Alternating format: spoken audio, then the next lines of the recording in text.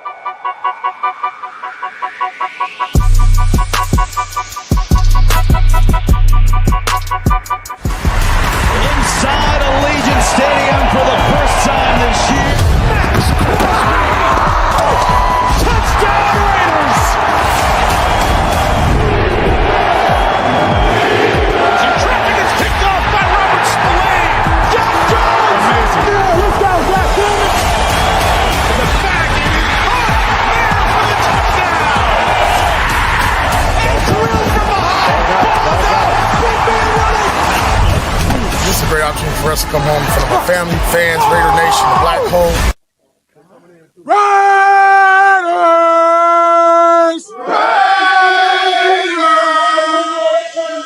Raiders! Goddamn right.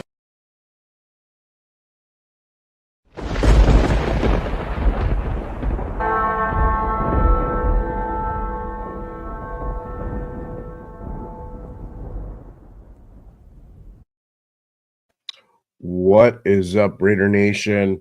Salute to everyone here today. Good morning, Raiders. Welcome to another episode of Good Morning Raiders. I'm your host, I'm Jay Raider.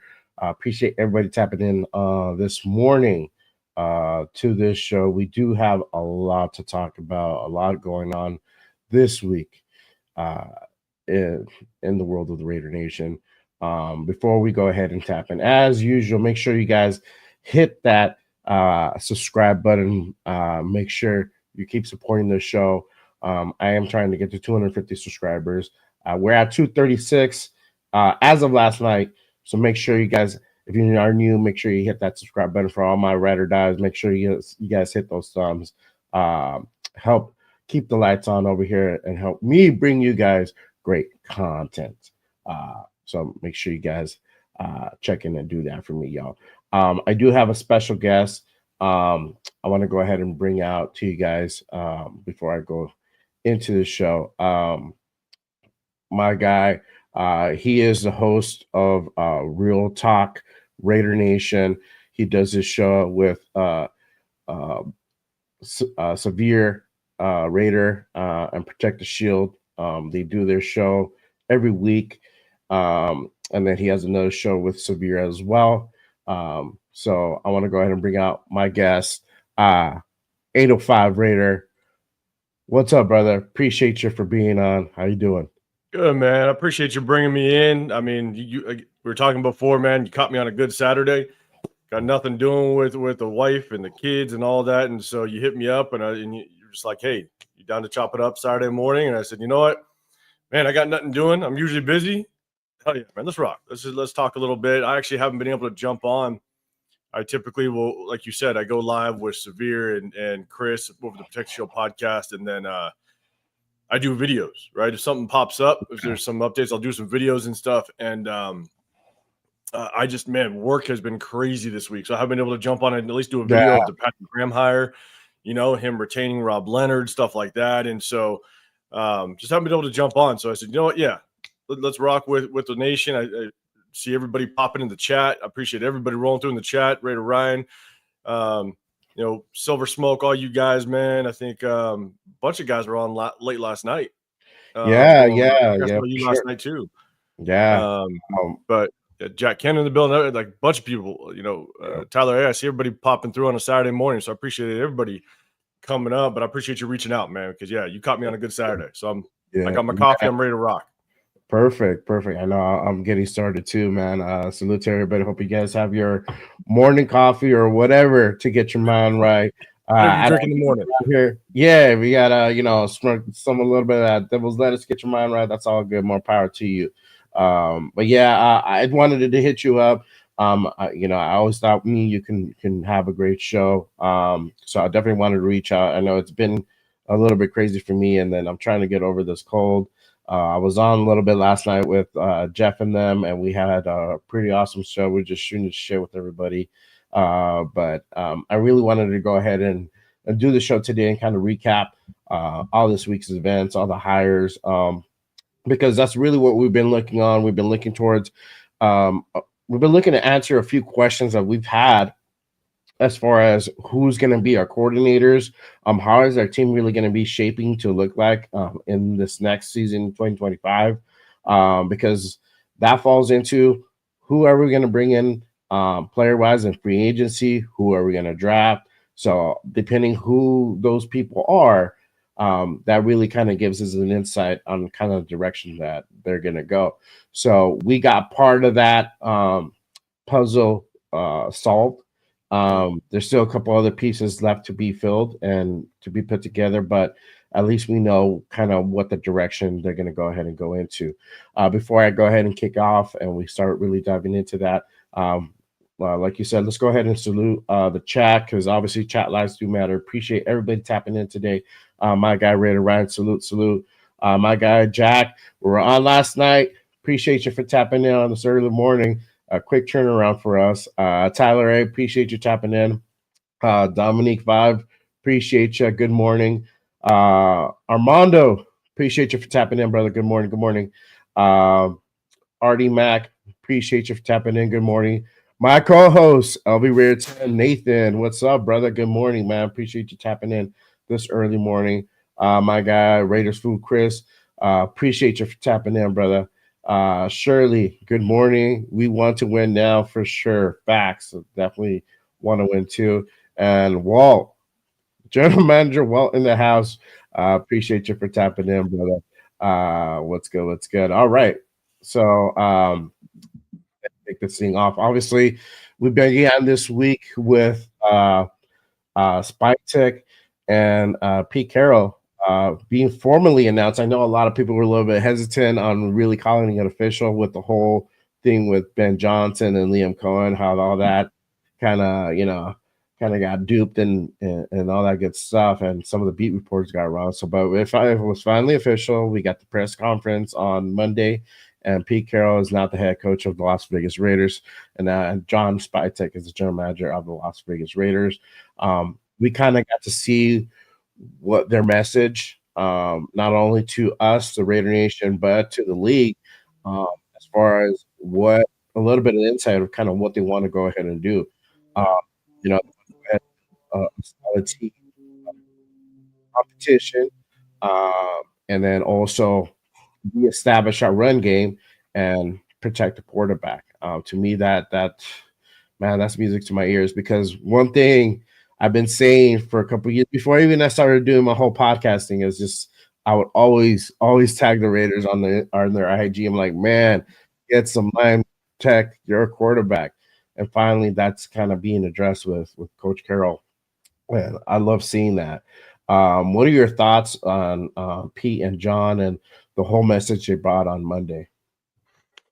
My thing is like with John, it's like it remains to be seen, right? We on when we did a show with Severe and Chris, we kind of broke down his history with the Bucks, and again, his history is essentially assistant GM, right? And before that, he was the director of player personnel. So it kind of remains to be seen just how he's going to roll as the head of the ship, right? The main guy to bring in his guys under his own evaluation and make that final call.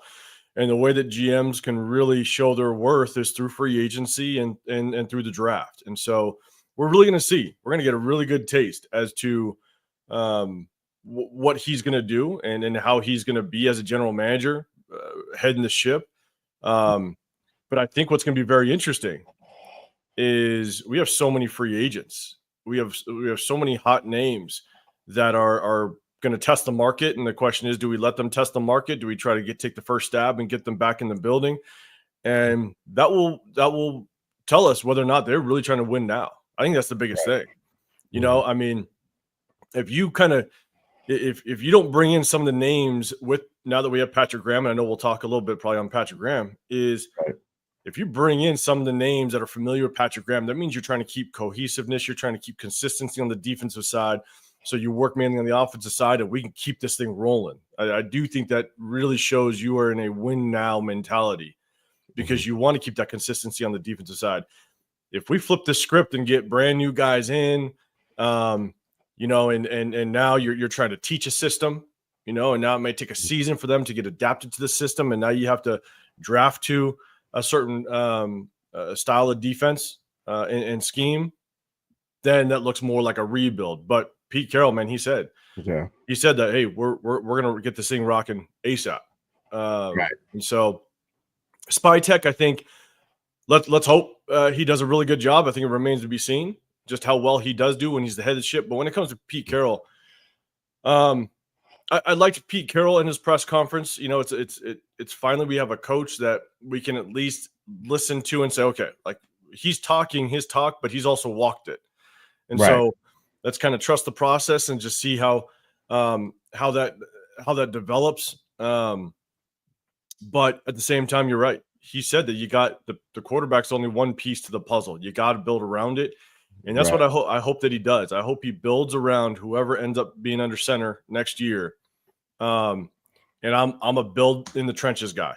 That's what I love to do. I want to build the trenches. I want to protect the quarterback. And if you could have one of the best offensive lines, you look at what really took us to the playoffs in 2016 was we had one of the best offensive lines in the entire league, which we were able to protect Derek Carr, obviously not before he got injured, but we were able to protect him the majority of the season, and we had a hell of a running game, you know. And so if you can have a damn good offensive line, you kill two birds with one stone. You protect your most prized commodity, which is your quarterback, and you could put pretty much anybody in that backfield and find success in the run game. If you have a dominant offensive line, that can open up some holes. So I'm definitely big on protecting the quarterback, and hearing Pete Carroll say that, I think that was huge. And I guess I'll end with this. Honestly, with Ben Johnson being out of the running, he goes to the Bears. You had, you know, guys like Mike McCarthy basically want to sit out this year. Right. At the end of the day, seems like that was kind of our only option. You know, that was it was our best option. That was our best option to bring in. And now you went from young, innovative offensive mind that you could grow with, that could maybe develop this offense into a top 10, top 5 offense, to now someone that has the history on how to right this ship. And now you just kind of change the culture in the locker room. So I'm not mad at the Pete Carroll hire. I think that was the right way to go based on the options that we had left. Right. Yeah. And I agree. I mean, I think he's the best man for the job, especially the situation that we have where we have an offense that really doesn't have an identity, that really has to be put together. And then the defense that we already have key pieces there. We just need to go ahead and build from that.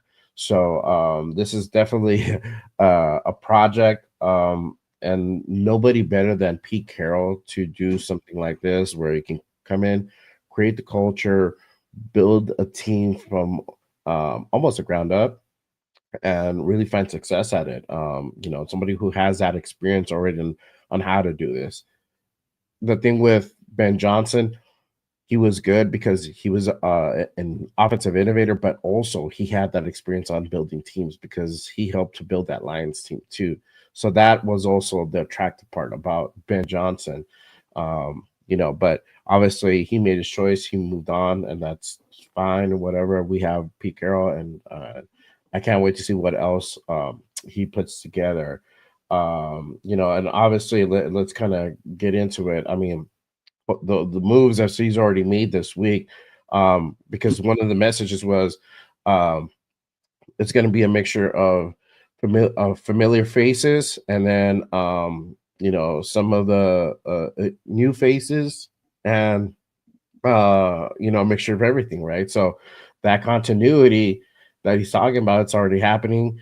Patrick Graham is officially back as our defensive coordinator, so he's going to be on with us another season. Another thing too, Robbie Leonard, he's going to stay on as our linebacker coach, which I kind of saw this coming. I didn't know exactly what his plans were exactly going to be, but a lot of people didn't know that. I don't know if a lot of people know this, but Raiders blocked a lot of teams trying to interview him because there was a lot of requests that were made, and apparently the Raiders were blocking all those requests. So Robbie Leonard's future was going to be with the Raiders no matter what.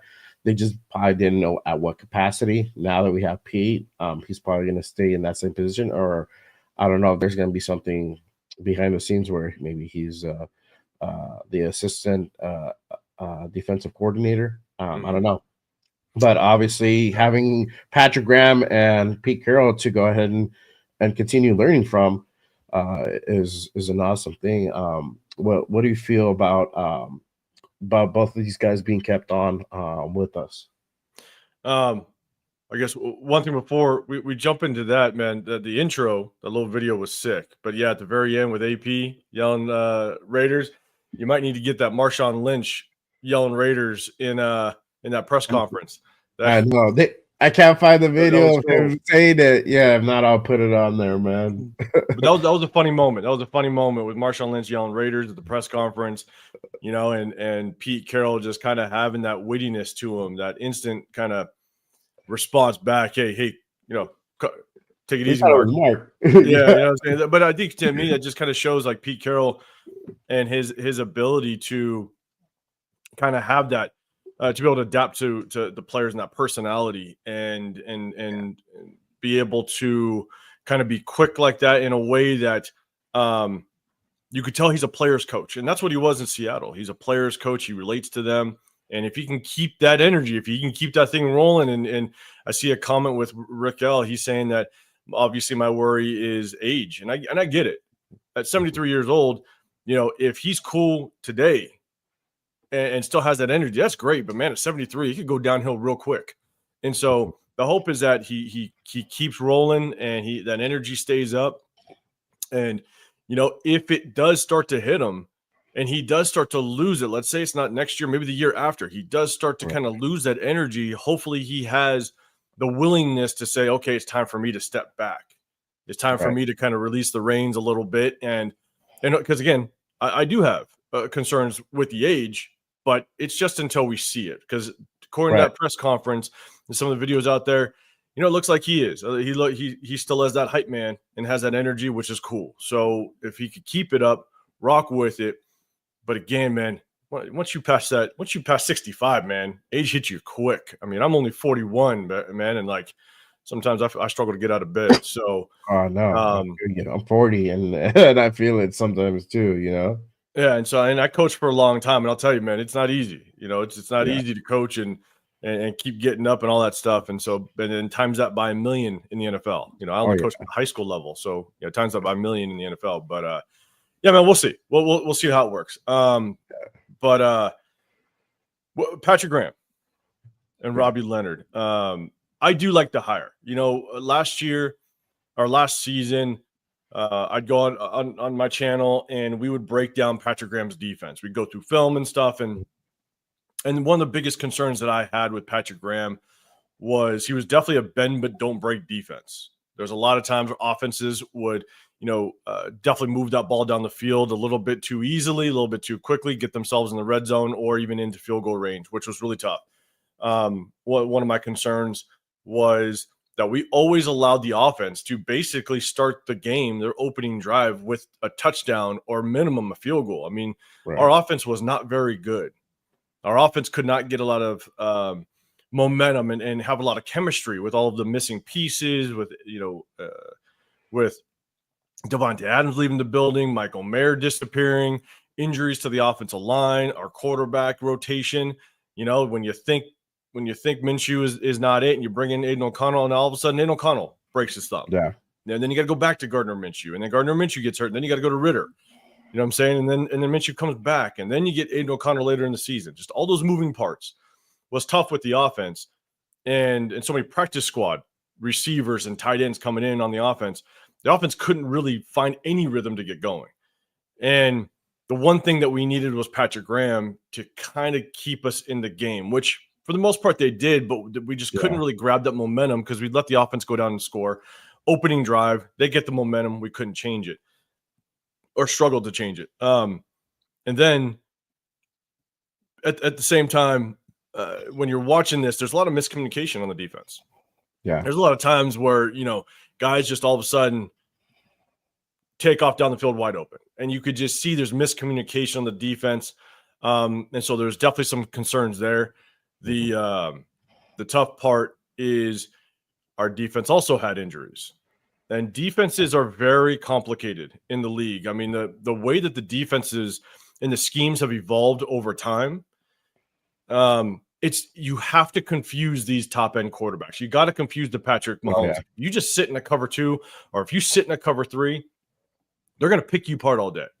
And so you have to disguise it now, especially based on the formations that the offense is showing. So if the offense is showing a 3-by-1, trips to one side and a single receiver to the backside, you can't just sit in potentially a cover 3 or cover 4. You have to disguise that defense to where maybe that outside corner to the field side is locked up one-on-one, and you kind of zone up the 2 inside receivers. It's like you have to be able to disguise it, and the way you disguise it is with a ton of communication. And so when you have injuries constantly, I think one of the safeties was Harper that came in later in the season. We brought him in. He was a backup, he was a backup, but when guys like Marcus Epps goes down and now you have a rotation going in, you got to be able to communicate. And in the communication's on the fly. And that's what makes it very difficult. And so some of the communications could have been because of just personnel going in and out, but that's definitely something that I had concerns with Patrick Graham, that you can't use it as an excuse. It's a results-based business, so you still got to get the job done. But it's definitely something to keep in mind. Injuries will affect your ability to be able to, rock at 100%. And so, but with all that said, I am excited that Patrick Graham is back, because if you can have a healthy defense, I do think we have a chance at being a wreck. I mean, we can go and smash teams. I mean, how excited was the nation? How excited were you when we were going to go into the season with Malcolm Kuntz on one side, Christian Wilkins in the middle, possibly Adam Butler, and then you got Max Crosby. I mean, that front 4 was going to wreck house on quarterbacks. Oh, yeah. Then Malcolm Kuntz goes down, and if Marcus Epps stayed healthy, and all teams have injuries. I get that. So you got to work through them. But if Marcus Epps was healthy, the way Isaiah Palomal basically progressed throughout the season, Marcus Epps turned into a hell of a box safety. The only hiccup we really had, the only real concern is Jack Jones. Jack Jones, I think, is now number 2. He's easily a number 2 corner, if not a backup corner, as it stands right now, based on what we saw. So I am excited if we can make another decent splash in free agency, bringing another piece to this defense, potentially get a Malcolm Kuntz back, because keeping Rob Leonard, keeping Patrick Graham means you have a chance at bringing back some of these names that we're going to hit free agency. Does Malcolm Kuntz come back? Does Trayvon Merrick come back? Just because and Adam Butler, man, Adam Butler, Spillane is an absolute beast, and so now you have a chance at bringing some of these names back, which I think will help us keep consistency on the defense, keep this thing rolling, have a healthy defense, and now we can really focus a lot on bringing some free agency in on the offensive side and get the offensive side rolling. If we could just have a top 15 offense to match up with a really good defense, that's progression.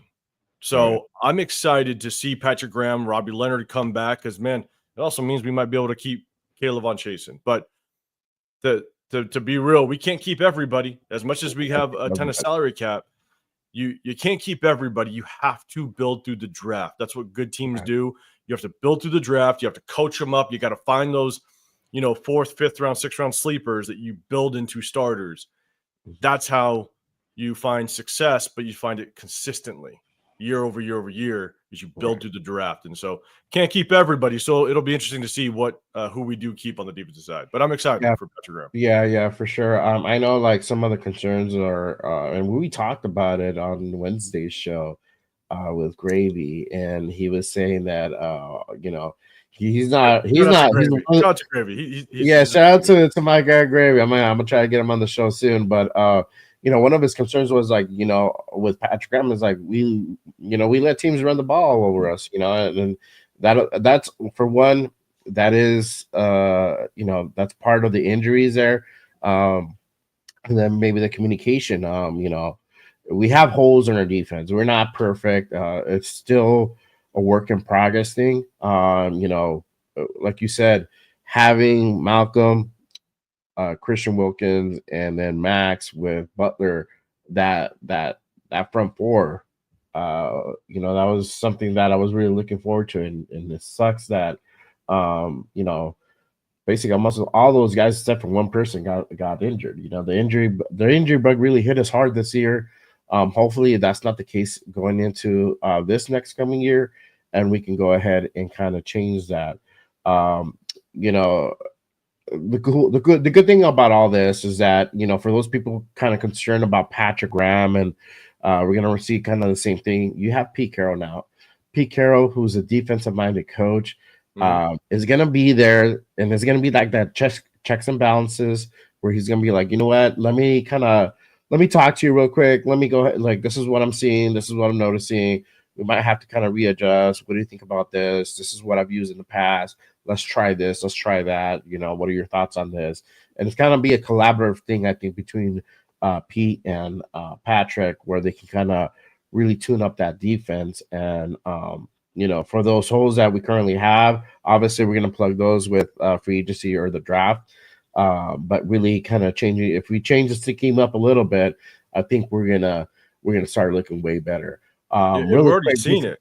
We're already seeing it because we just brought in, I think, the Seahawks linebacker coach that was with Pete Carroll, and so you're bringing a Seahawks guy into Patrick Graham's defense, and so that's already Pete Carroll kind of putting his input in and his stamp on this defense because he's bringing in some of his ex-Seahawks guys.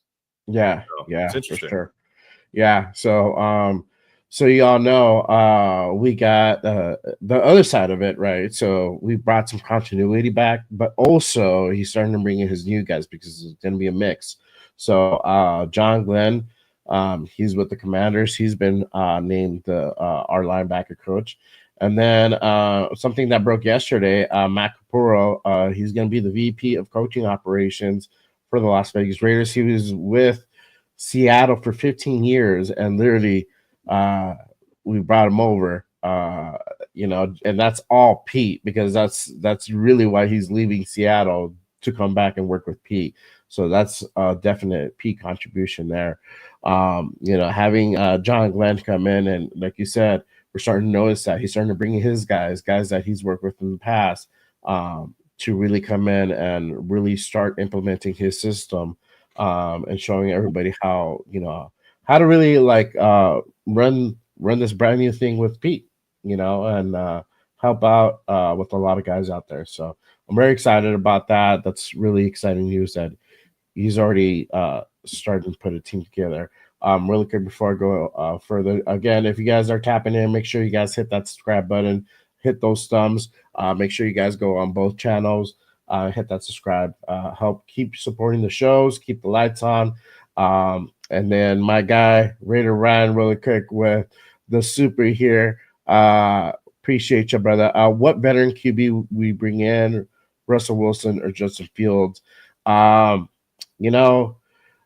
that, brother, I have my thoughts on it. I mean, if I had to choose between those two, I would go for Fields. I'm not a Russell Wilson fan. But if you read the tea leaves and just the whole thing, I mean, it looks like it might be Russell, but who knows? Obviously, at the end of the day, what do you think? What do you think, 805? Obviously Russell Wilson with the ties, You could see him come in if they have kind of mended things a little bit. I know it was a rocky breakup, over at Seattle. You could bring in a Russell Wilson fairly cheap, and just kind of get an instant spark to the offense a little bit. But you look at who is going to be brought in. Like I'm telling you, if Darrell Bevell is brought in as offensive coordinator, would not be surprised if we see Russell Wilson, that we take a stab at Russell Wilson. If we take a shot at him, you bring in the continuity, you bring them together, and you try to continue what happened or what on with Seattle. I'm not a big Justin Fields fan. I think Justin Fields' ceiling is very low.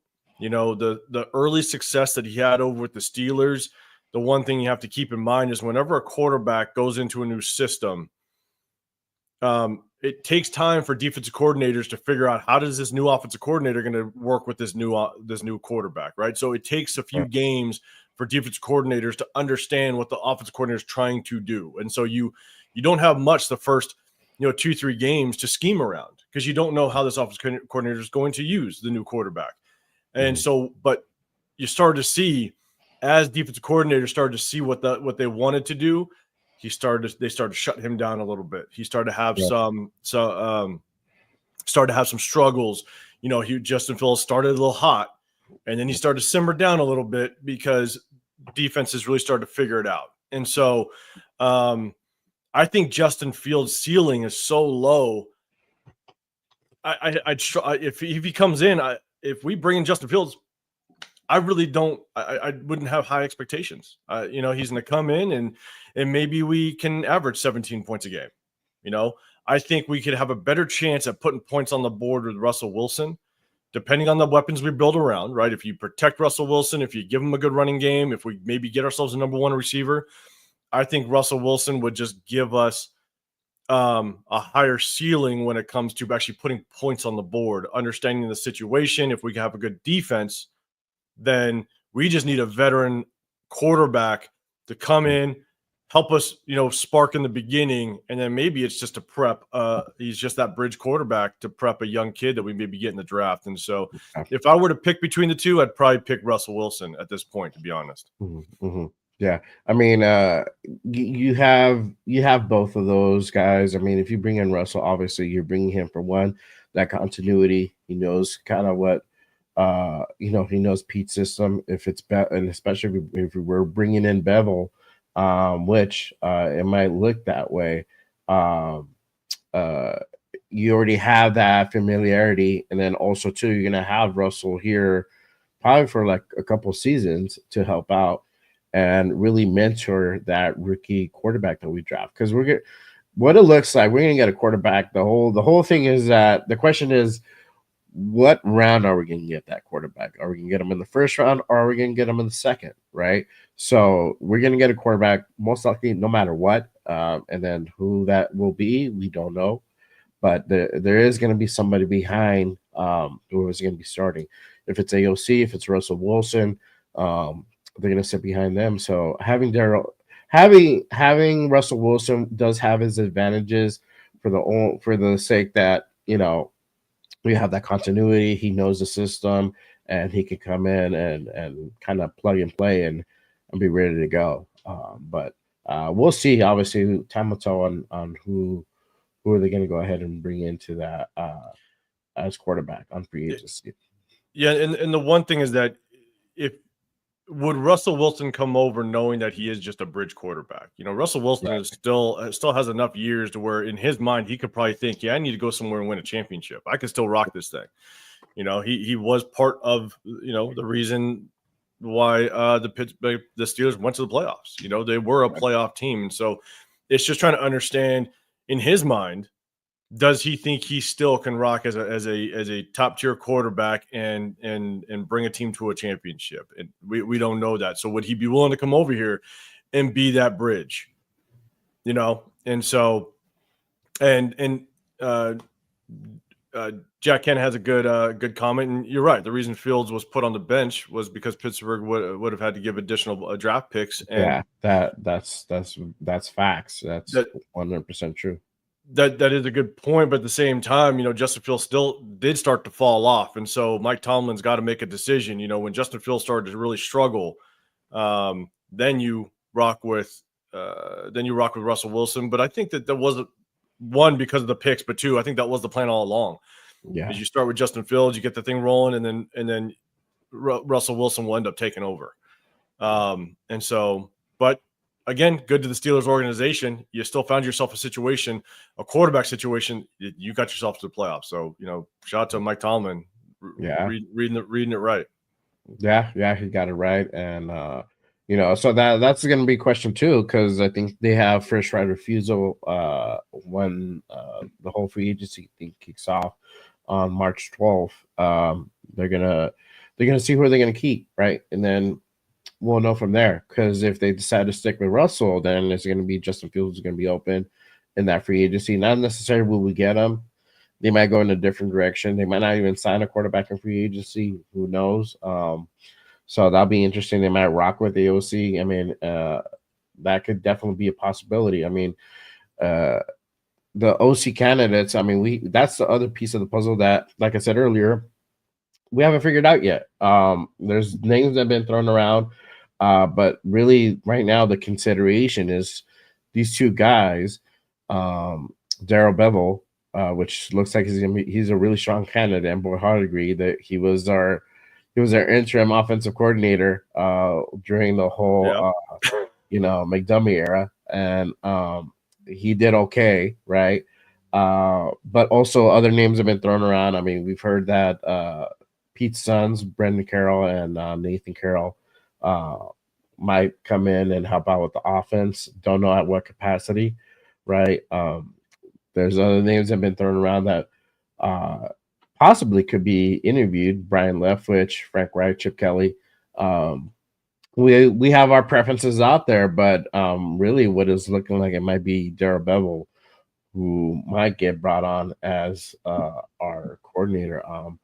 I don't know what is, for one, I want to know what the nation thinks about that. Make sure you guys hit up that chat, light up the chat, let us know your thoughts. We'll go ahead and hit that up in just a second. What are your thoughts on Bevell coming in and being our next offensive coordinator? Obviously Bevell, he I think with Seattle, he did a good job, right? A balanced offense with Russell Wilson. They definitely established the run game, because during that time they had Marshawn Lynch, and so he obviously had things rolling over in Seattle, which was good. I think he always had a top 10 defense or offense. I think at one point he was 11th ranked offense, and so he had some things running.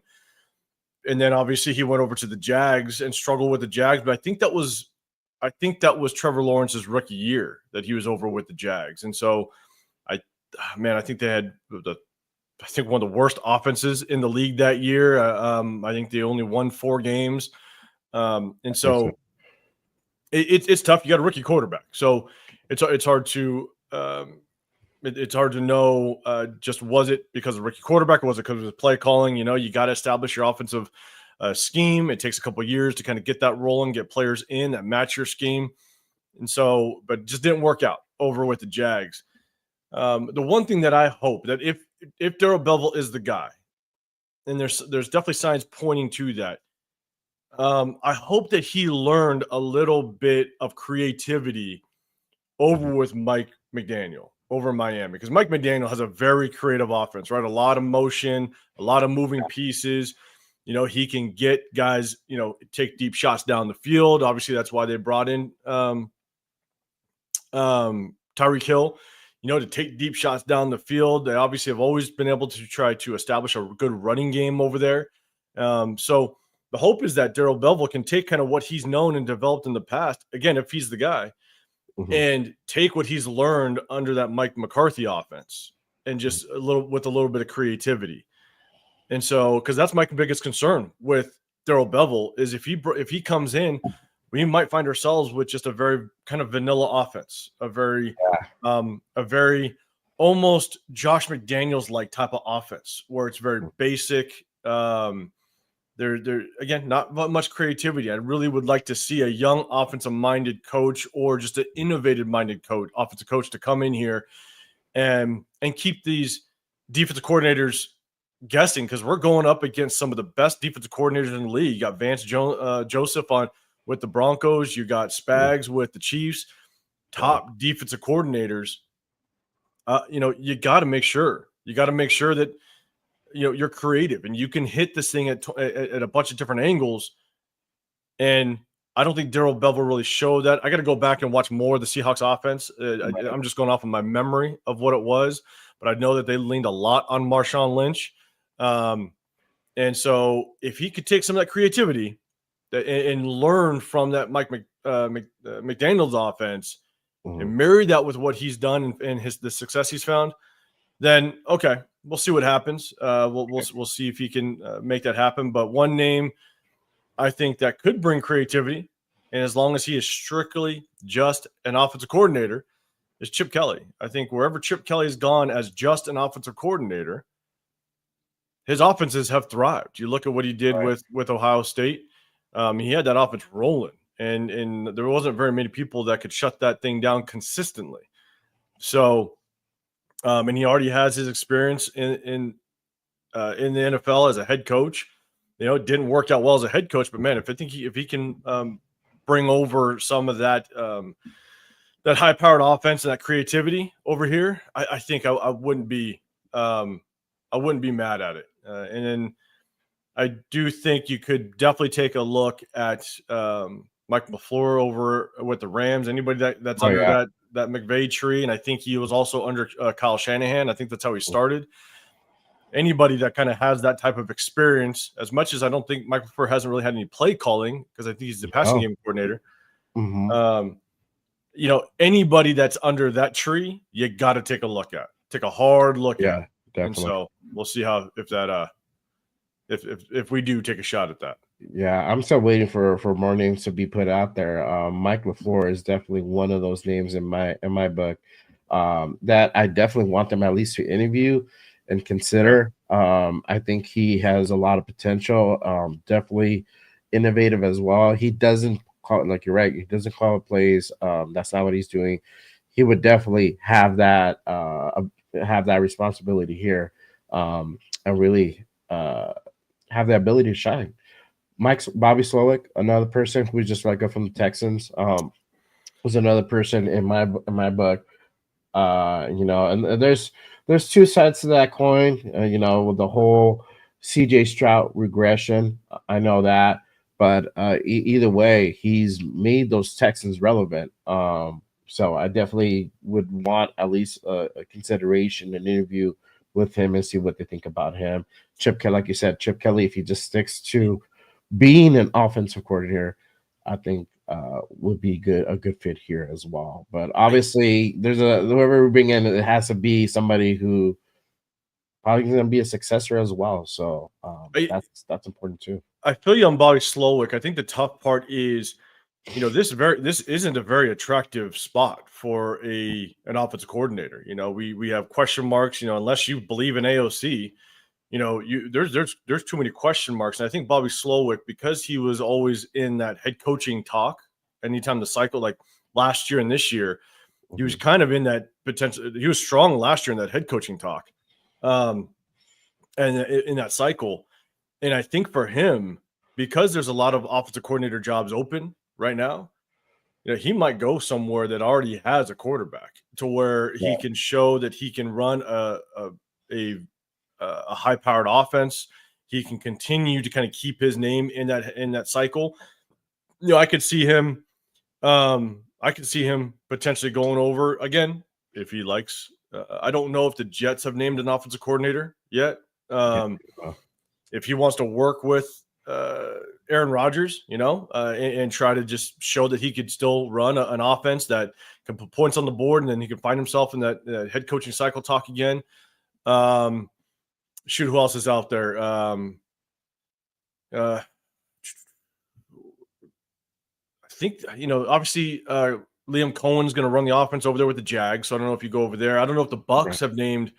I don't know if the Bucks have named an offensive coordinator, but that was, to me, I feel like that's the perfect spot for him. If he wants to have a high-powered offense right out the box and get his name back in that head coaching cycle again, I'd say I think he would run over to the Bucks organization for that OC job. And so that's why I don't really put his name in there, because I just don't know what would be attractive to him Right. with our situation, unless he can come in and he knows for a fact we're getting a young quarterback high in the draft, and now he's got someone to work with. But Right. Yeah. Yeah. For sure. I think Walt's saying the Bucks have announced an OC. Okay, so Okay. that was my thing, is Bobby Slowick.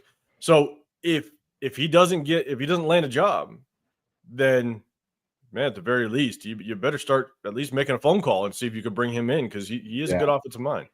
Yeah, for sure. So, but I mean, if you are reading tea leaves, it most likely will be Bevell. And I was talking to Jeff yesterday, last time in the show, and I played his devil's advocate because I know he's not about really drafting a quarterback, especially a high pick. He's more like let's kind of wait and see type of thing, or I'll draft a quarterback in the lower round. If you decide to stick with AOC and not go out in free agency and get your quarterback, there's advantages for having Bevell in. Obviously, he worked with Tua, and we see what he was able to do with him, and knowing the system, right? So you have a guy who knows how to work with quarterbacks, could work with AOC, who'll be here.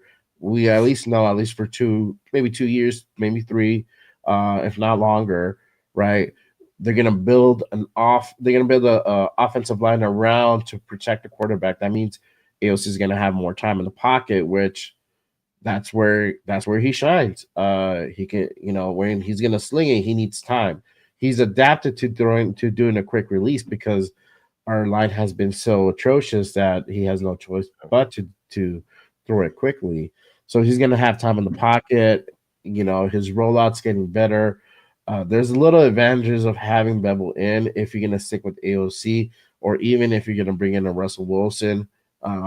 We see AOC's getting slightly better year over year, but as a long-term solution, I personally think he's not it. But if you decide to stick with AOC and have him be that bridge, it's not a bad option with having Bevell in here. And I wanted to throw that out. I know he's watching, but yeah, if you see it on that aspect, if you decide to stick with AOC, having Bevell in is going to be a pretty good fit because he knows how to work with quarterbacks. He worked with Tua.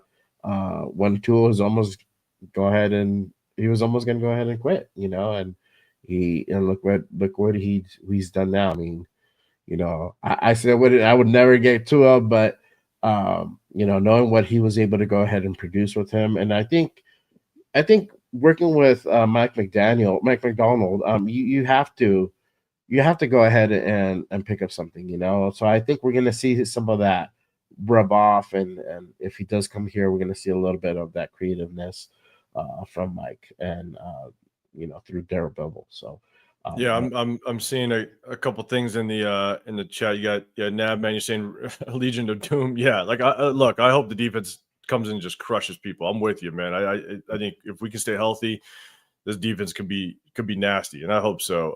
But then I see Walt. He's saying he's been throwing out Lincoln Riley. I know the enemy's name's been thrown out there. Yeah.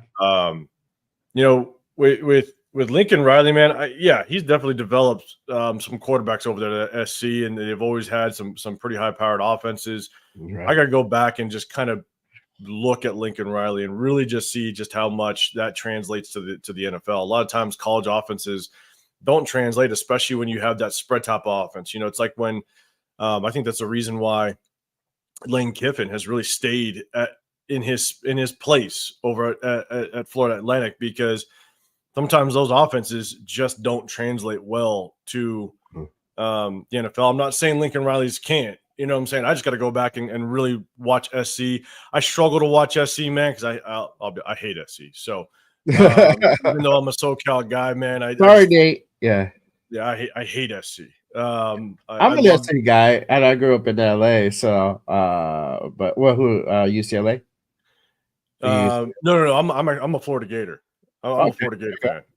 There's a long story how I became a Florida Gator fan, but it was I'm more that SC Texas game with Vince Young and Matt Leinart, man, it was one of the best college games I've ever seen, and I was happy as all hell that Texas took them out. That's just me. But I got to look more at Lincoln Riley, just how his offense is ranked. 'Cause sometimes, again, those college offenses just don't translate over, unfortunately.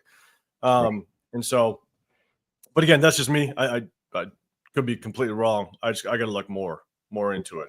Yeah, for sure. No, but I because of our offense and the pieces that we need, I'd much rather have somebody, to be honest, that has offensive play calling, head coaching, potential head coaching experience in the league, because I think our offense needs that veteran coaching leadership to kind of right this ship very quickly. And I think that's what, based on, again, if you just kind of look at I'm sorry, yeah, Rick L, sorry.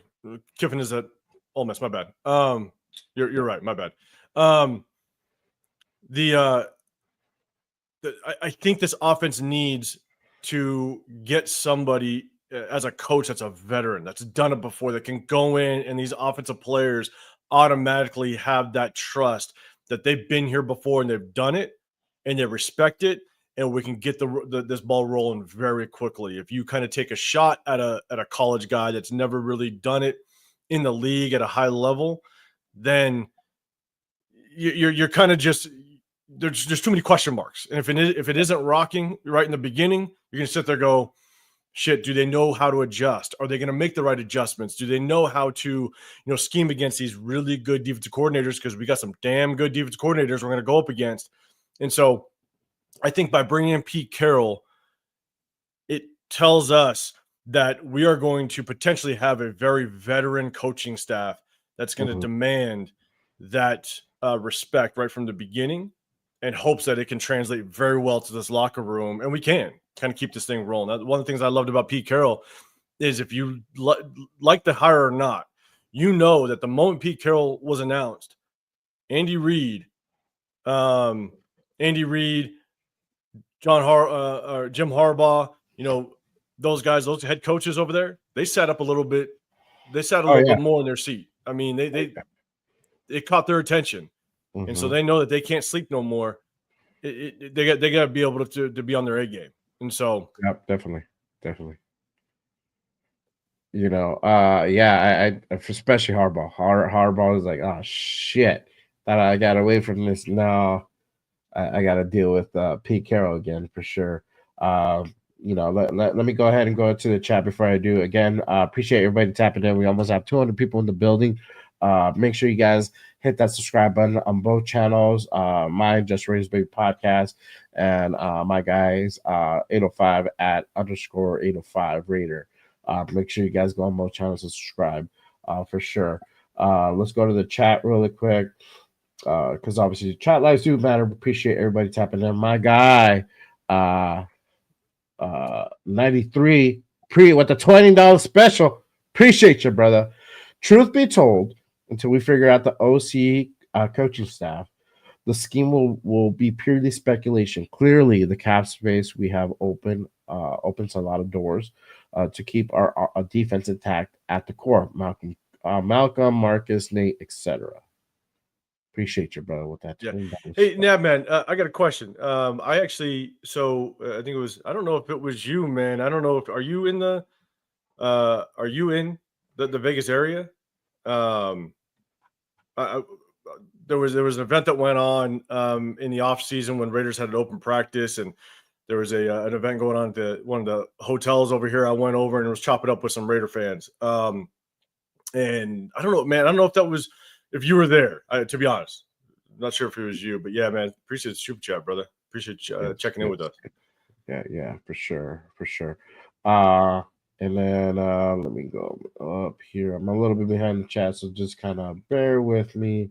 Like my guy Chris says, support the chat for sure. Support the channels for sure. Hey, real quick, just to kind of go back to Nedman's comment, because he said, truth be told, until we figure out the OC coaching staff, the scheme will be purely speculation. It will be, because it could go completely different directions, right? Darrell Bevell might be more of again, kind of described as a Josh McDaniels type of offense, where it's very vanilla, but you're definitely leaning on the running game. Hopefully geared more towards a pocket quarterback. Okay, you're in Tennessee. My bad. Geared more towards a a pocket style quarterback, but yeah, you bring in a guy like Chip Kelly. You bring in somebody else that likes to kind of spread things out a little bit. Now you might find yourself with a little bit more mobile quarterback, and so you're right. It remains to be seen just how much this offense is going to change depending on who this offense coordinator is, because there's some very interesting receiver prospects in the draft that could be very interesting on this offense. And so, and then there's some guys that you can get later rounds that can be explosive. So it's going to be fun to watch. Yeah. It is going to be fun to watch. So you're right. It is speculation. I mean, we're throwing names out there of people that we would like to see possibly come on. But from right now, what it looks from this, if you read the signs, what it looks like, it might be Darrell Bevell, and it'll be interesting of the type of the type of offense that they're going to go ahead and run. You know, like I said, bringing in Russell might be that option, or if you decide to stick with AOC, might be another option as well. So it'll be interesting on the direction that they're going to eventually want to go ahead and go in. So, but for sure, the moves on the defensive side, keeping our defense intact, you know, extending Max, you re-sign Spillane, you can go ahead and negotiate with Coons. You know, I have my thought process on that, depending on how much he's asking to come back. You know, that to me, that plays a factor. You re-sign Paul Mao. He's been a stud. You can go ahead and walk away from Epps. You know, and I'm missing another person. I don't know who off the top of my head. Defensively. With the free agents? Yeah. Remember so free agents, yeah, Malcolm Coons, Spillane. You even got Caleb Von Chasen that could walk. You got Adam Butler. Yeah, you got Chasen. You re-signed Chasen because I mean he was a gem. That's one thing that Telesco did right. He got Chasen off waivers, and look what he's been. Look at what he's been. So having him back, for sure. And there's a couple other guys as well. You know, Morg. I like Morg. I would love to see him stay. I don't know if they're gonna really have him test out free agency or not, or I don't know if he's the one behind that. But I would like to keep him. Nate Hobbs, I'm 50-50 with them because of the injuries. So we'll see what happens. But yeah, you're right, man. I mean, it's all speculation up to this point for sure. But it'd be good to keep some of those big names, the core, intact, because then that just means that we can get this thing rocking ASAP. You know what I'm saying? Like the defense is something we can lean on and build on that offense. But if this defense can come in and smack some people, because the Bucks they showed us the blueprint on how to beat Patrick Mahomes. That's get after him. And so if we can bring back an Adam Butler, maybe keep Malcolm Coons, you know, maybe you don't necessarily need to keep a Caleb Von Chasen, but at the same time, maybe you find somebody that can be that good rotational piece in the locker room. Because I think with Caleb Von Chasen or with Malcolm Coons, you sign him to a team-friendly deal, like prove it deal, you know, something like a 2-year, you know, $8.5 million per year, saying, look, you're coming up an injury. If you can get back to doing work like you did 2 seasons ago and how you ended, and be an absolute havoc, like wreak havoc on one end, all right, cool. You know, like bring in, let's do this, but it's got to be at a team-friendly deal. We got salary cap to kind of to splash a little bit, be team-friendly, but you definitely want to draft somebody. One kid that I really like is that Mike Green out of Marshall. That's a guy you could probably get in the second, maybe third round. I'm going to watch the Senior Bowl today and just see how he wrecks house, because if he might move himself up in the draft. And so that's a guy that you could bring in as a rotational piece to start, but could be an absolute baller off the edge.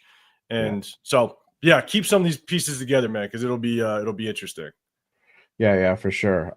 And yeah, there's you still have the draft and pieces you can go ahead and get from there. For sure. And now, man, so I did meet you, man. Cool, bro. It was good. Yeah. For sure. Let's see. Walt says, I remember Bevell's last year with Russell Wilson. They were scoring 9 points a game and he was gone.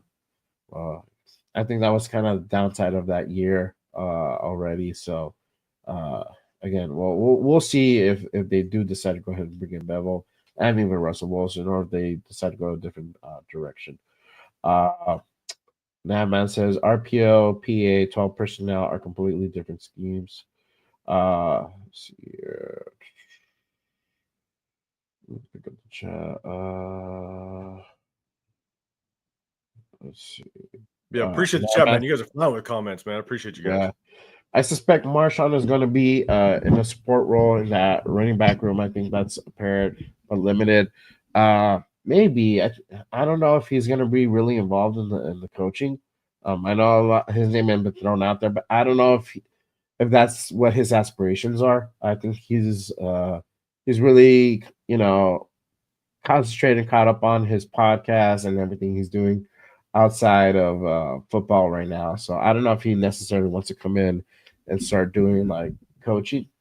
That would be cool though. I wouldn't be mad at that, but obviously we'll see what happens. But yeah, I see some people in the chat saying that Malcolm Kuntz is going to go get his money in his bag. And look, I'm a full believer in these players. Go get your money. You know what I'm saying? Like, yeah, it could be a very short career and injury. It's a result based business. Organizations will walk from you very easily. You know what I'm saying? And so go get your money. And I agree with everybody in the chat. They're saying he's going to get his bag.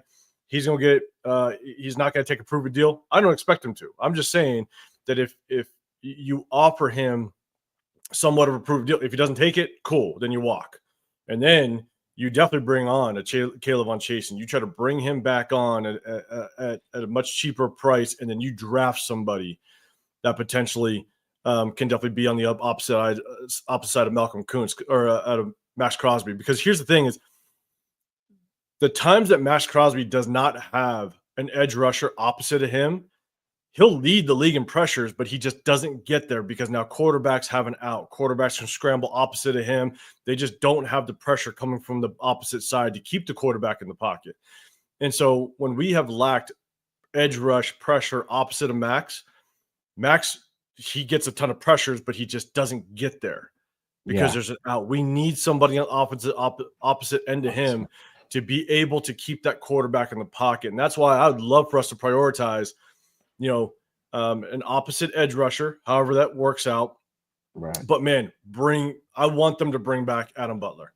Adam Butler is an absolute he played beast. really, really good this season. I'm very impressed with Adam Butler. You're right.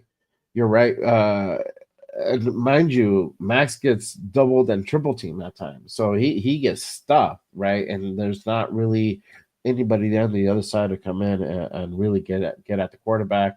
That's kind of been the problem, So I know Chase has stepped up. There's a couple other guys here and there that's kind of shown a little promise, but to have a real definite answer, that would be insane. That would be insane for sure. That's a good comment because yes, we need to prioritize Spillane. We have to. That middle of the field, bro, for sure. Because that's one of the reasons why you bring back Patrick Graham. That's one of the reasons why you bring back Patrick Graham, because you can bring back some of these guys. And Robert Spillane, man, if we let Robert Spillane walk, we probably have one of the worst linebacking rooms in the league. Oh yeah, you have to keep that piece together, because now you either go and draft a linebacker. That's actually one guy that, if you look at both sides of the ball, on the offensive side, I want to prioritize a guard. I want to get one of the best offensive guards, veteran offensive guards in this building, to play next to potentially a DJ Glaze and JPJ, two young second-year linemen, kind of help their development. So if you can get a guard, slot them right in between those two guys, and then teach them the ropes and develop them, through in that lineman room and all that. That's what I would love to see. And then you look at the opposite side. I'd love to see us bring in a damn good linebacker, sit him right next to Robert Spillane. You get a veteran. If you're going to pay some money, get that linebacker in this room, because I'll tell you, the Chiefs like to run the football. With Isaiah Pacheco, they like to establish that run. If you can shut them down and make them very one-dimensional, especially the Chargers. Harbaugh likes to run that rock over there, and you could tell they prioritized it with bringing J.K. Dobbins, and you bring in those guys. The Chargers are going to want to run the ball, make them one-dimensional. Yeah. So if you bring in if you re-sign Robert Spillane and you bring yourself a top-tier linebacker in free agency, and you let Divine Diablo walk, I don't think you're going to be a part of this team next year. Mm-hmm. And you have a damn good front seven to come and attack these run games that we're going to see in our division. Man, make these offenses one-dimensional. I'd love to see it. I want to see old school kind of Raider football. We're going to come and smack you in the mouth with our front seven and make it one-dimensional. So I'd love to see us prioritize a linebacker in free agency. Oh yeah, for sure. Amazing says Hassan Reddick on a prove-it deal or Kuntz on a prove-it deal. I don't know. I mean, like you just said, 805. Yeah, I don't know if you give him a prove-it deal, if you're gonna pay the man. Hassan Reddick. I mean, I'm not mad at that either. I don't know if Hassan Reddick would do a prove-it deal. I think he's going to go and get his money as well. So that'd be tough. Yeah, for sure. Walt says, I'll say we need to take advantage of this defensive tackle thick draft. Facts, bro. Facts. I would like to see a young up and coming guy for sure. And if Adam Butler go gets his bag, right? If he go gets paid, and again, go get your money. Jonah Laulu. He balled this year, and so then maybe you prioritize him, you get him in here, get somebody through the draft, and then next to Christian Wilkins, you kind of get that rotational piece next to Christian Wilkins, and because Jonah Laulu, he did some good things toward the tail end of the season. He's a big body kid. I mean, he can be a plug in the middle as well. So he definitely showed some promise towards the tail end of that season. So hopefully we can kind of bring him back if Adam Butler walks and does get his money. Yeah, for sure. And is he on a rookie deal? Laulu? I don't know. I gotta look because I know we basically acquired him from Indy, so he was with Indy. So I don't know. I gotta look. Okay, all right. Yeah, so that'll be good if we keep both of them. That'll be good. We signed him. We signed him to just a 1 year, so okay. We got to bring him back. Yeah, for sure. He re-signed him. Yeah, Nav man with $10 special. Appreciate you, brother. Appreciate it. Reality is this: what identity do we want? JPJ, nastiness style, or finesse high flying off like Rich, Tim, and Jerry? Last online as nasty as JPJ was incognito when Wisniewski. JP is Raider optimized. Facts. That's the question. Yeah. I feel like we're gonna go towards that smash mouth. Really that JPJ's nastiness, kind of from what Pete was saying. We are gonna run the ball. It's probably gonna be way more run heavy this season as opposed to last season when I think we had 50 throws a game or whatever it was, and we really didn't produce anything run wise. So I expect to see that. That's really where that O-line is going to be built. It's going to be interesting. Who are we going to bring in for running back? I personally would like to see we draft instead of signing free agency. But even if we draft free agency and we get somebody from free agency, not mad at that. But knowing this class, this running back class, it's so deep with so many good running backs. You could definitely go out and snag one of those. Yeah, I would love, and again, it just depends on what offensive coordinator that we do get. Man, I would love to have like that nasty offensive line, like that man saying that incognito. You look at our offensive line that it was when we had Gabe Jackson, at the guard position, back when I'm blanking on his name, are one of the best centers that we had back in that 2016 year. That I think he went off and played for the Houston Texans. Just kind of have that Clichy Osemele, man. You remember Clichy Osemele? He was a nasty guard. I mean, those are the types of things that you want an offensive line that kind of walks up and kind of strikes a little bit of fear. JPJ is that. JPJ could be that kid as he develops into his own. Could be that kid that kind of sets the tone and is that nastiness. And Donde, yeah. Hudson, our center. Like I would love to see a nasty offensive line. Now Colton Miller's getting a little bit older, but as he got a little bit healthier and was able to kind of work through that the rehab of that shoulder surgery, it took him probably about 6-7 games to really get going. But then he did start to get going. You could see that nastiness kind of come back out of him kind of halfway through the season. And so I'd love to see it in DJ Glaze.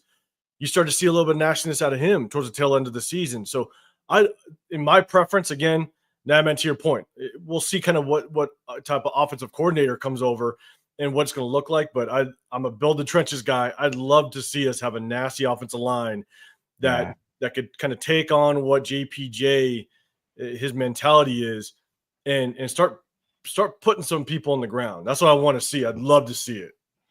That nastiness come back. And so what's up, Ginslinger? What's happening, man? He's my guy. He's out here in the Vegas area, man. Nice. Salute to our Vegas peeps, everybody out there for sure. Vegas peeps and the 805 peeps, because the 805 Raider in the building, man. He's in the chat. All right, for sure. Oh yeah, the 805. Appreciate you, brother. Make sure you guys keep bringing in those super chats for sure, 100%, and we'll post them out as soon as they come in. But yeah, let me go through a few more, and then we'll kind of go into our next thing here. Let's see. There's Sam Taka says there's some DBs in this draft that fits Pete Carroll's style. Rebel out of Carolina and a dude from LSU, Alexander.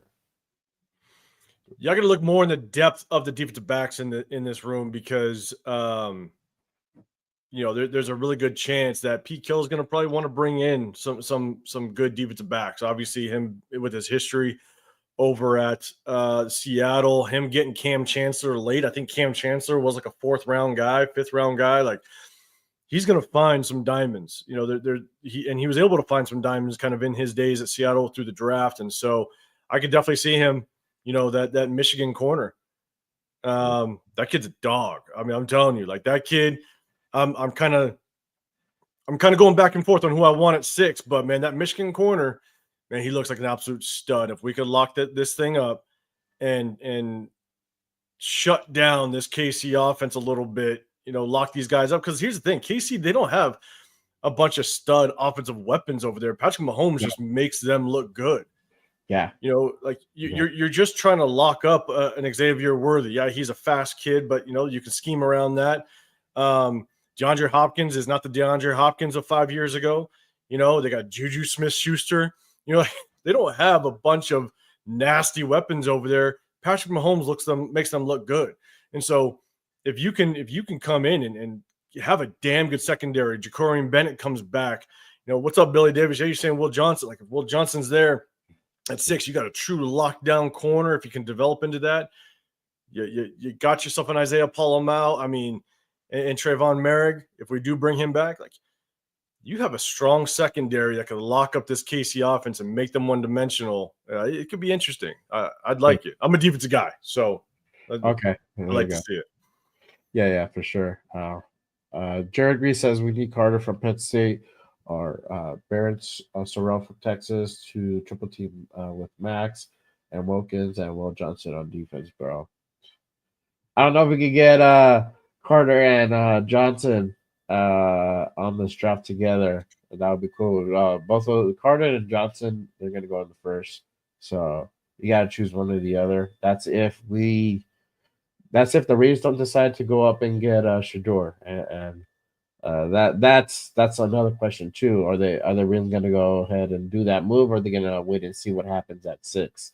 So where are Shador people in the chat? I want to know who wants Shador Sanders in the chat. Man, I honestly don't want him in the first round. Like, I just don't think he's a first round quarterback. I mean, I don't want him in the first round. Like, I think this quarterback class, the reason why he's considered a first round is because his quarterback class isn't very good. That's my biggest problem with Shador Sanders, is that if Cam Ward were to drop, I'd take him at 6.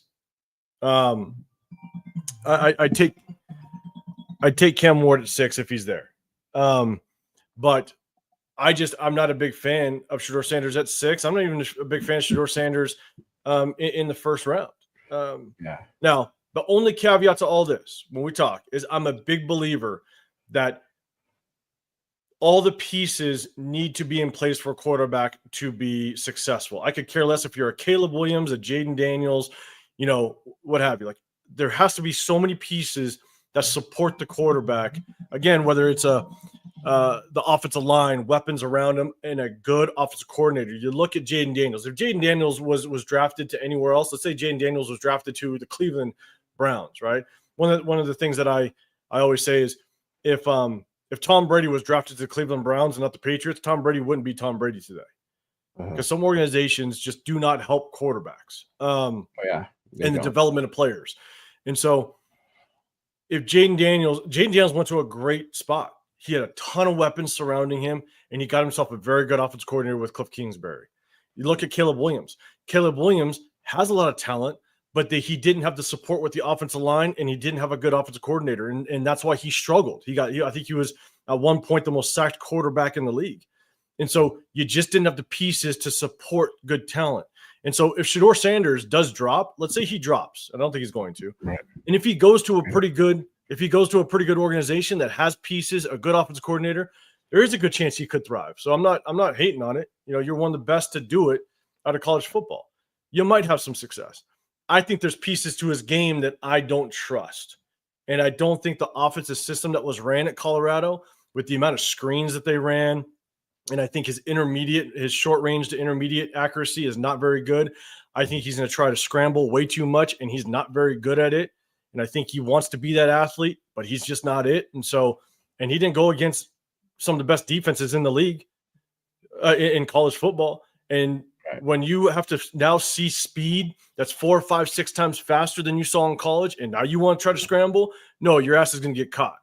And you're going to have to try to figure that side out. And so, to me, I just don't think, one, he's right for us. I don't see him being a top 15 quarterback in this league. But if he goes to a right system and a right organization, he could be a decent quarterback in this league, I think. But again, I just don't think he's the top 15. I don't know no matter where he goes, I don't think he's the top 15. And so that tells me I don't want to take him at 6.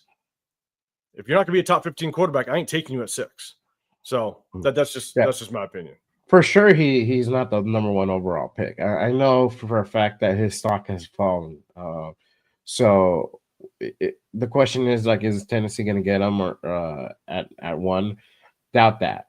I forgot who it was from their organization. I think their VP of operations or president of operations was talking the other day.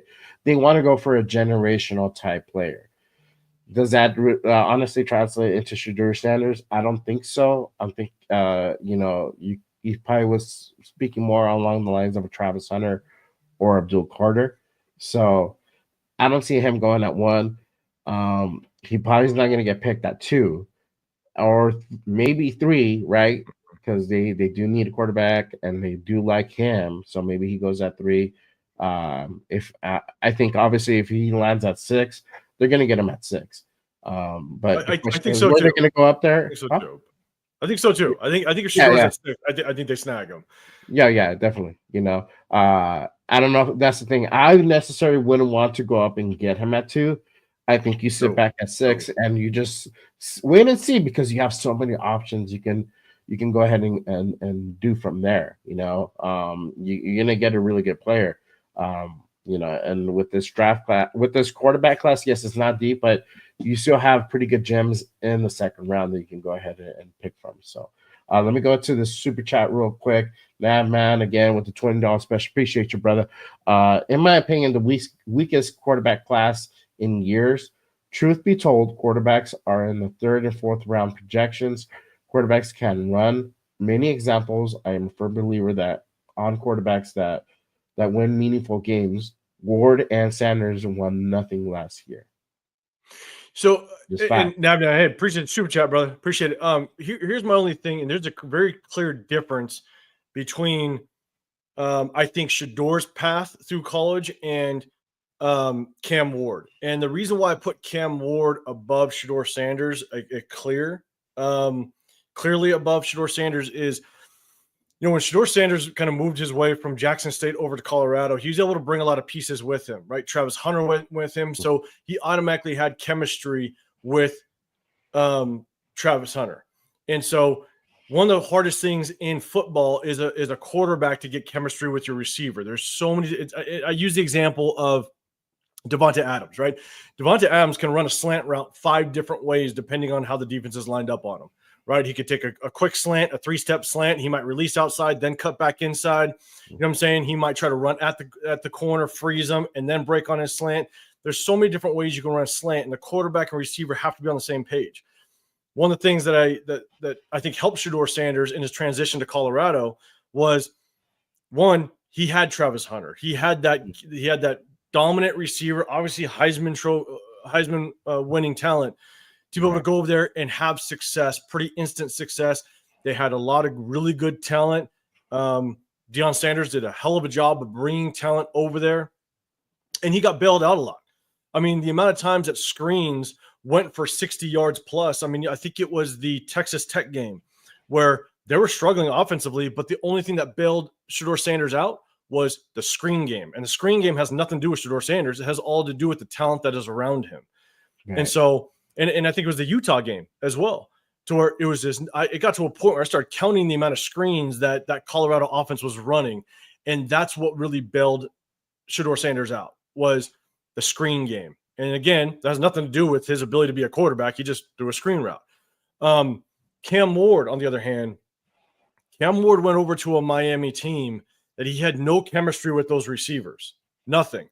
So he had to learn a brand new offensive system, and now he had to figure out that receiver room and how can he find success with it. And he hit the ground running. I mean, his numbers skyrocketed from the very first game. And so I just think that's what puts Cam Ward, to me, in front of Shedeur Sanders, clearly in front of Shedeur Sanders, because he was able to adapt to a system and work with the offensive weapons that he had that weren't top tier. Don't get me wrong. There's not a top tier offensive weapon on that team, and he made them very successful right from the get-go. And I mean, he threw for a ton of touchdowns, had a lot of yards, but he's got the arm talent to throw that ball anywhere on the field. He definitely needs to improve on some decision making, without question. Yeah. But his arm talent is probably the most elite in this draft class. But yes, I do think overall it's a fairly weak draft class. That's why Shedeur Sanders is up in that talks of a top 5 pick. So yeah, I agree. And I'm torn between both of them, but I mean, I could go either way, right? I could go either Cam or Shedeur, but realistically, if you get your guys in the second round, Jackson's dart stock is increasingly rising, especially after this week. And I've been talking about him for months now. I know my guy LB Rated 10, salute to him, shout out to him. My guy Rated Rebel. They've been talking about him for months as well. Okay. So this is a guy that we've seen that, yes, there's still things that he can improve on. They all can, but he's one of those guys that shows promise, and I definitely would get that guy if he's available in the second round for us, for sure. So you don't necessarily have to get that Cam Shedeur. You don't have to necessarily go up and get and reach for your quarterback. You can go ahead and sit back and wait.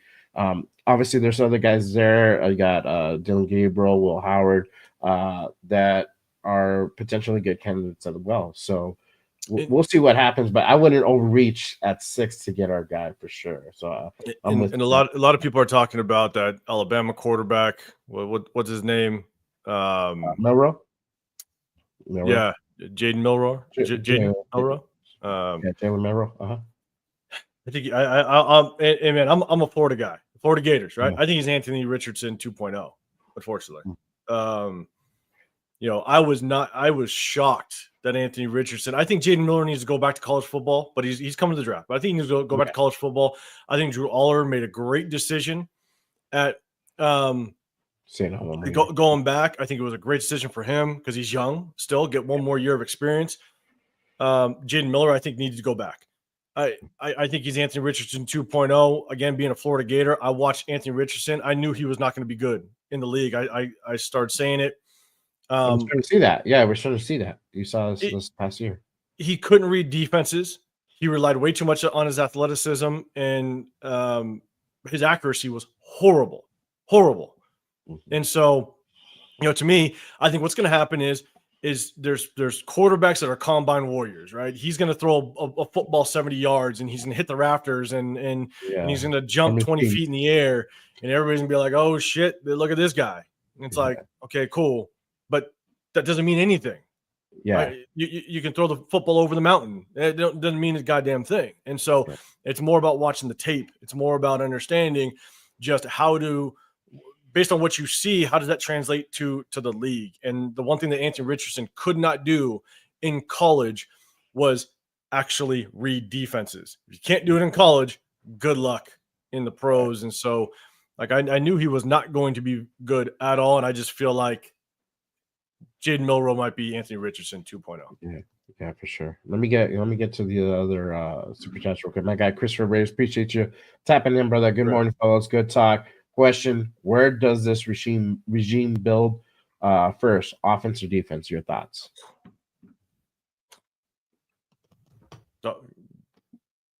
I mean, for me, I think it's you have to address the free agents, the top tier free agents on the defense, right? You bring back Patrick Graham for a reason. So you got to bring him. You got to bring in some of those key pieces of Robert Spillane, maybe a Trayvon Merrick. You definitely got to bring in some of the top tier defensive guys that could walk. You want to keep that side together. I think that's where we're going to find our instant success is on the defensive side. And then you start building an offense by putting your quarterback in place, right? You put your quarterback in place, and I've said it before earlier, you build on the offensive line. If we can build a strong offensive line and you get yourself a quarterback that you could potentially build off of, I think that's where you start. Everybody talks about a number one receiver. We do need a number one. I like Tedero and McMillan. I think he's an absolute stud, but I would not be mad if Cam Ward's off the board and stuff like that. Again, you guys know I'm not a Shedeur Sanders guy. I would not be mad if you picked the best offensive tackle in this draft and showed that you're going to get some bruisers on this offensive line and start building. For sure. Yeah, I agree. You know what it looks like. They're probably going to go defense first.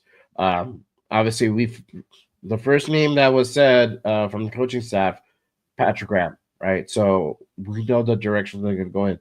This is expected because Pete is a defensive-minded coach.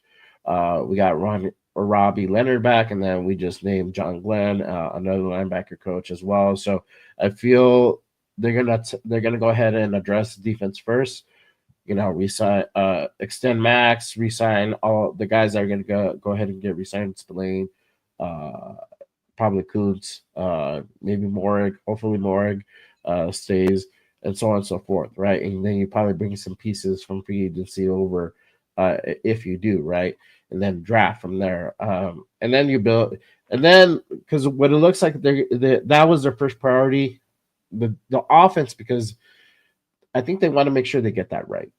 And whoever they decide to bring on as an offensive coordinator is really going to be looked at under a microscope, because our offense is so bad that it really needs a lot of love and care, right?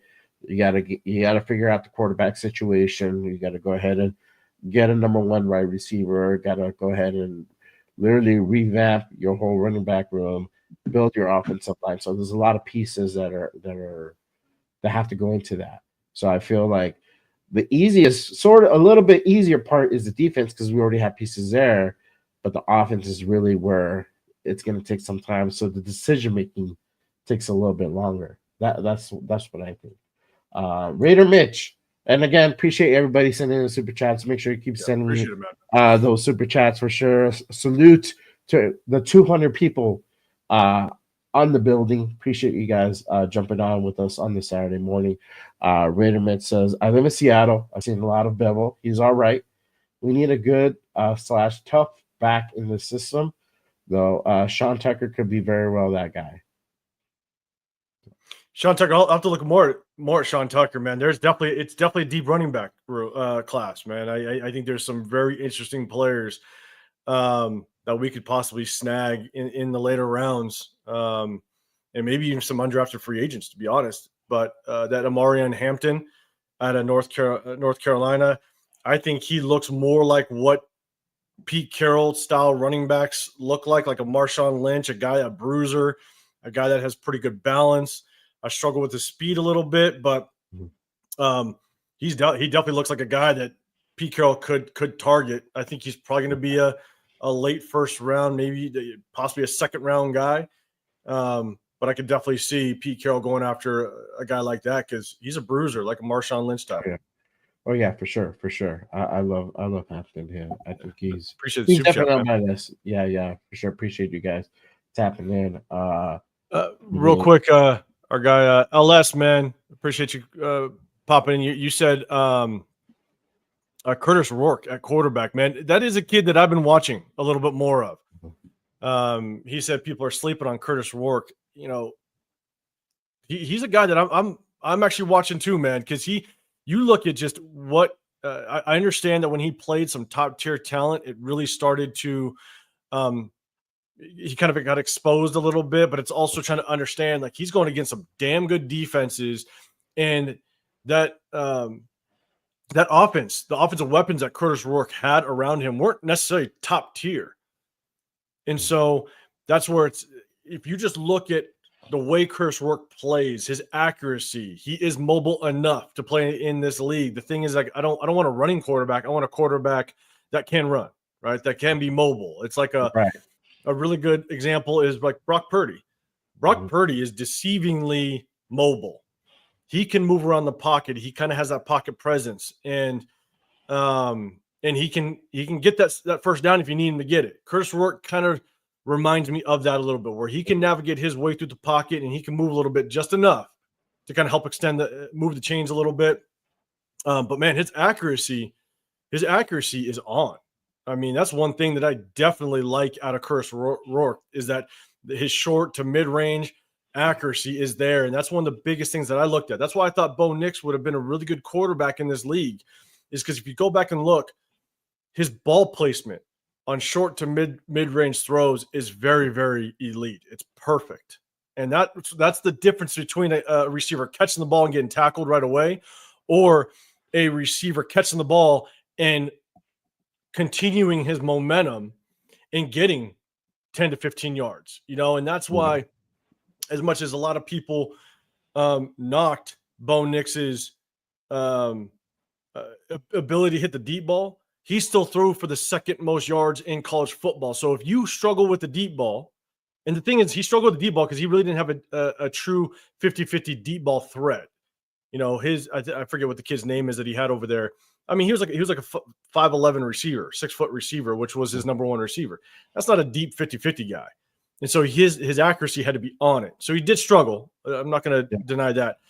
But in order to throw for the second most yards in college football, and also be able to do that by hitting mid, 10 to 12, 30-yard passes consistently, you have to have elite ball placement for your receivers to be able to continue through the catch, and gain yards. And that's what he did. And that's what he's kind of shown a little bit with the Broncos. And so looking at Curtis Rourke, I think he has that ability to have that elite ball placement that I think could really help him in the league. Now, is he a starting quarterback in the league? Remains to be seen. You definitely need to be able to have that probably year to develop. But I also think he's an older quarterback too. So he may not have all the years in the world. But, yeah. But I do like Curtis Rourke, man. It's definitely a guy that if he falls and he's still sitting around, maybe in the 5th round, 6th round, I don't know what he's projected. You might take a shot at him if you don't get your quarterback early. Yeah. Facts. I was looking at Rourke early on, and then he kind of dipped down after the loss to Ohio State. But yeah, he was definitely on my radar. I'm not mad at that guy. Now I'm mad with the $2 holla. Dylan Sampson from Tennessee, easy 3rd, 4th. Yeah, I could see him being there potentially in the 3rd and 4th. I definitely see it, man. It could be a decent pickup. I agree. Yeah, for sure. Let's see here. My guy Mark, appreciate your brother for tapping in. Dart isn't making out of the second round. Some scouts have Dart as QB2 according to McShay. I don't know. I don't know if he's gonna go out in the first quite yet. His stock is rising, but and I was talking to Mark on Twitter yesterday. If you go for, let's say you want to go for a Dart, if that's really your true intention, you don't get him at 6. I'm sorry to say that's really overreaching. You would get him normally in the second round. If your intention is to get him early, get him in the first, you would trade back. You would trade back to 15 or between 15th and 30th and get some draft picks, get another second, a few thirds or fourths, whatever, right? Build, get some more stock. You can get them in the late first, but not at 6 for sure. Not at 6. This Senior Bowl is going to be interesting to watch. I don't know when I have it recorded, so I'm going to watch it later. But the Senior Bowl is definitely going to be interesting to watch because even if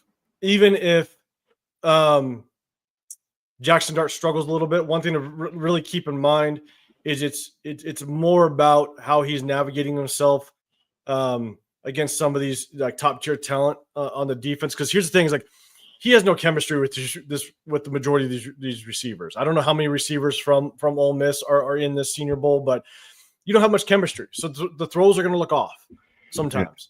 They're going to look off. They may not be on time because they don't have chemistry.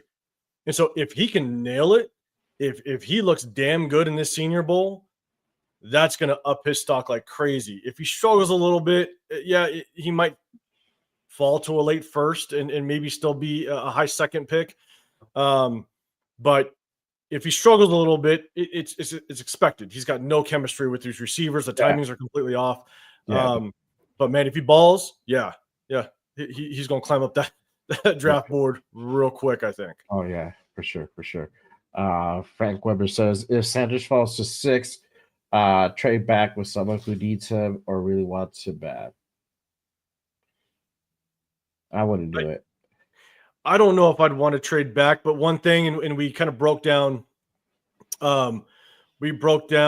Pete Carroll's draft history as well as Spytek's draft history on my channel with some of the guys. And the one thing is don't be surprised if he moves around.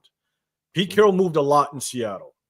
Spytek, when he was assistant GM, they moved a lot as well. And so don't be surprised. As much as I'd like a Will Campbell, potentially shutdown corner, Will Johnson, a potentially shutdown corner, again, or an offensive tackle where you maybe bump down DJ Glaze to guard to really build those trenches.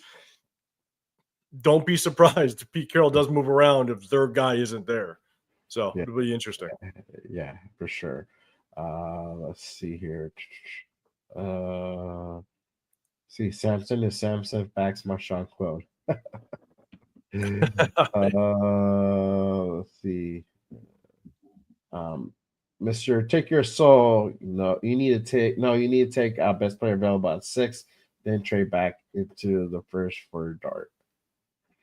I don't know if you would necessarily do that. I mean, I'm good with best player available. Best player available at 6. I'm good with that. But trading back up for Dart, it'd be interesting. I mean, we do have 2 number 3s and we have a bunch of number 6s.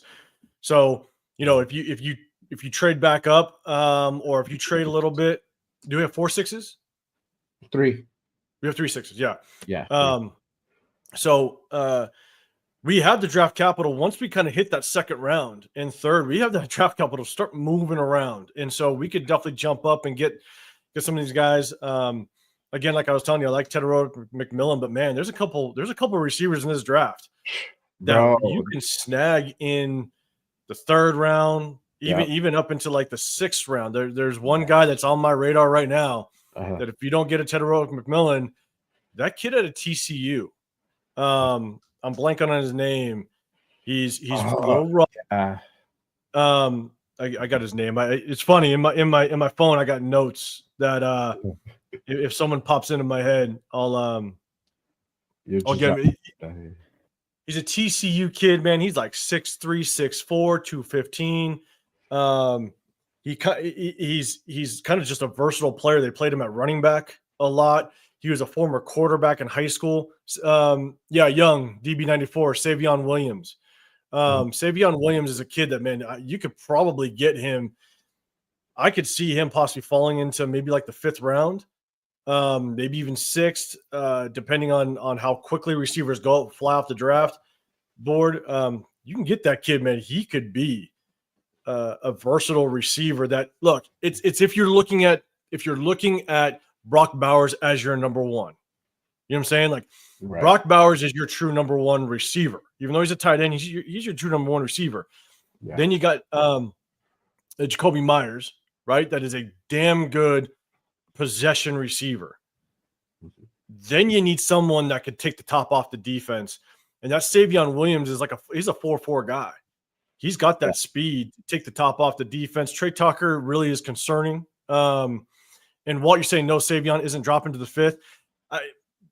I'll tell you right now, like it just depends on how quickly these receivers fly off the board. I think there's a chance he could be in the 5th. Again, if receivers don't fly off the board, he could fall because he's so raw. I think there's going to be a lot of organizations that don't because he didn't play a lot of receiver at the college level, and they moved him around so much. He played a lot of running back, a lot of direct snap type of situations to him, that they might pick guys or draft guys that have been full-time receivers, that have been just solely receivers, and they might get him before.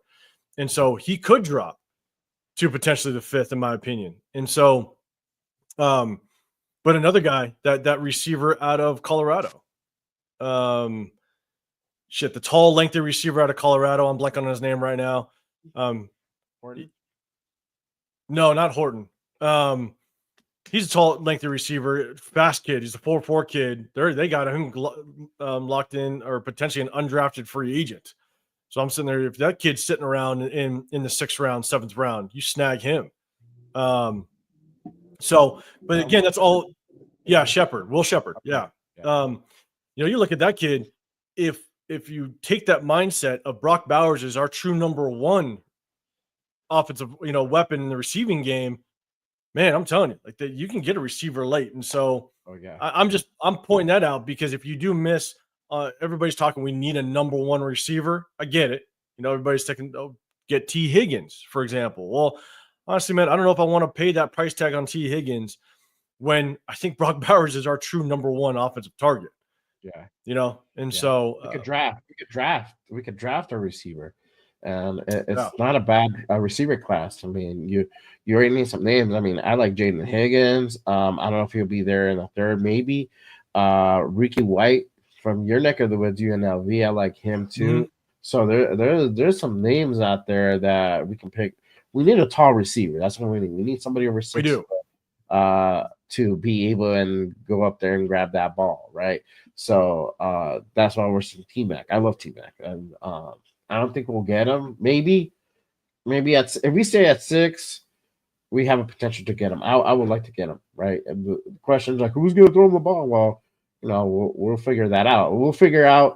We'll know soon before the draft who's going to throw him the ball, right? Because if we don't get anybody in free agency, that means we're going to draft a quarterback. If we get somebody in free agency, we're still going to draft a quarterback, but we may not get Shador. So, and that's the thing. Like, I think the Tederick McMillan pick, which I like, but it's the flashy pick, right? It is. I think it'll get everybody excited, but we definitely have to. We definitely have to build around the quarterback a little bit. It's exciting. I think he's going to be an absolute stud. I do. But this receiver class is very deep, and so it's tough. There's some really solid talent at 6. Again, like the Michigan corner, potentially an offensive tackle. If that Abdul Carter does drop, I don't know if I'd want to take him. He's an absolute stud. I just don't know if I'd want to take him. because if we do bring back a Malcolm Koonce, and that's why I think free agency is going to be huge before the draft to see kind of what position groups we tie up in free agency prior to the draft to know, okay, what route are we really going? But man, it would be hard to pass up that Abdul Carter, to be honest. If he's sitting there at 6, dude, he's a house, and gotta snag him, bro, for sure. And we got to get after Patrick Mahomes, man. Like we have to. You know what I'm saying? So it'd be hard to pass up on him. Yeah, and we'll do me and you will do a mock really quick before we end the show. What I would like, dream scenario, if I get Abdul at 6, get Dart in the 2nd, and draft his boy Trey Harris. I know a little bit of injuries makes him a little questionable, but you can get him in the 3rd if he's there. That would be cool. You got that continuity. If you're gonna have Dart there, you work with Harris when Dart eventually starts playing next year, or maybe towards the end of the season. You'll have that continuity there. That's my take on that. But there's just go ahead. I think the continuity. I agree with you. And I do see a lot of mock drafts of people basically saying that that Abdul Carter could go number 1. But here's the thing. It really depends on where you're getting the mock drafts. Because I'll tell you, even like the simulators, it's really hard because the simulators go in crazy different directions. Yeah. And so it's like you could see all of a sudden bang a random name get picked at number 1. Like a Mason Graham, the D tackle, all of a sudden number 1. It's like, oh shit, okay. Well, I don't think she's not going number 1. So it's like some of the simulators are so hard to judge because you just really don't know. Yeah, you definitely get some randomness when the draft actually happens. But yeah, man, the simulators are hard to really go off of. But I'm down to rock a mock draft. Maybe do a 3rd round. That'd be cool. Yeah, for sure. Get the setup in just a second.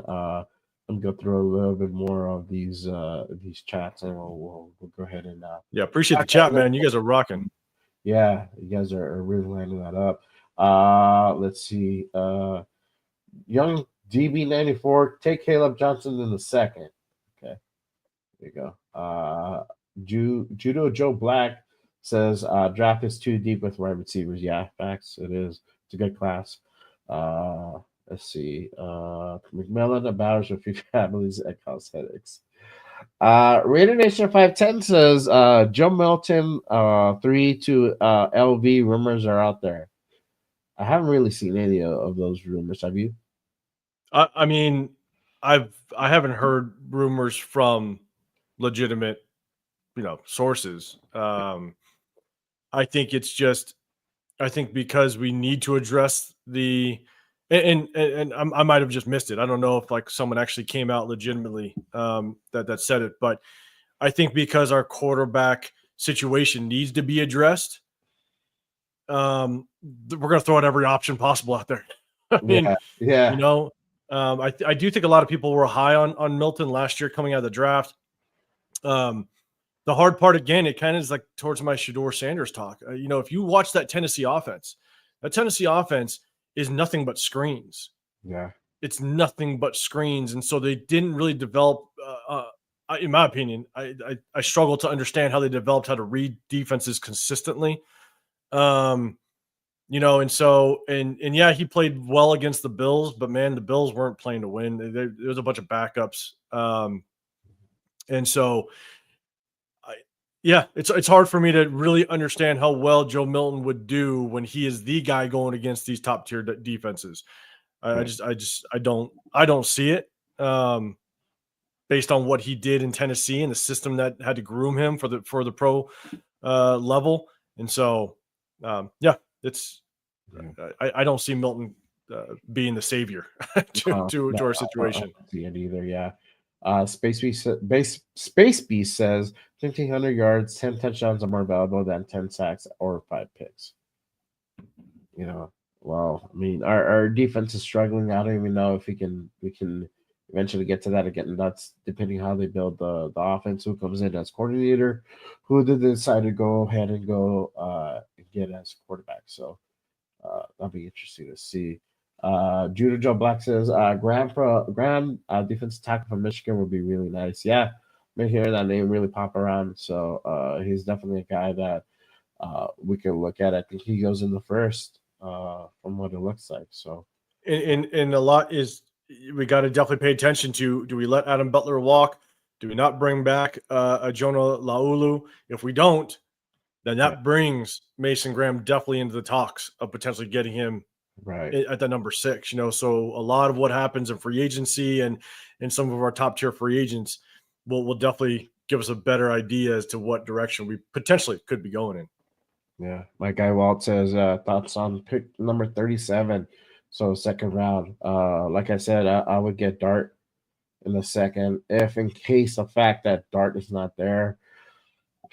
We're still getting a QB. I probably would go with Howard, but I'm torn between Howard and Gabriel for my second round pick. I don't know.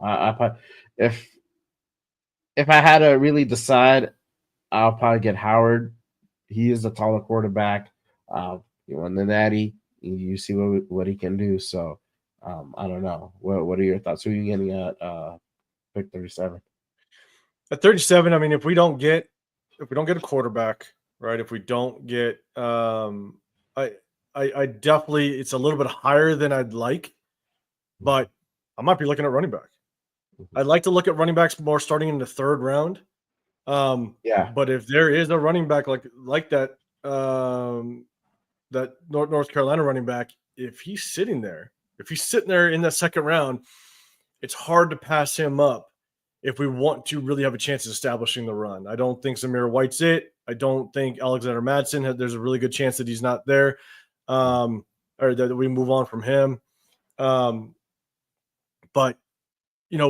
it's much higher than I'd like. I might end up possibly trading back at that point if they do try to target a running back and stockpile some picks.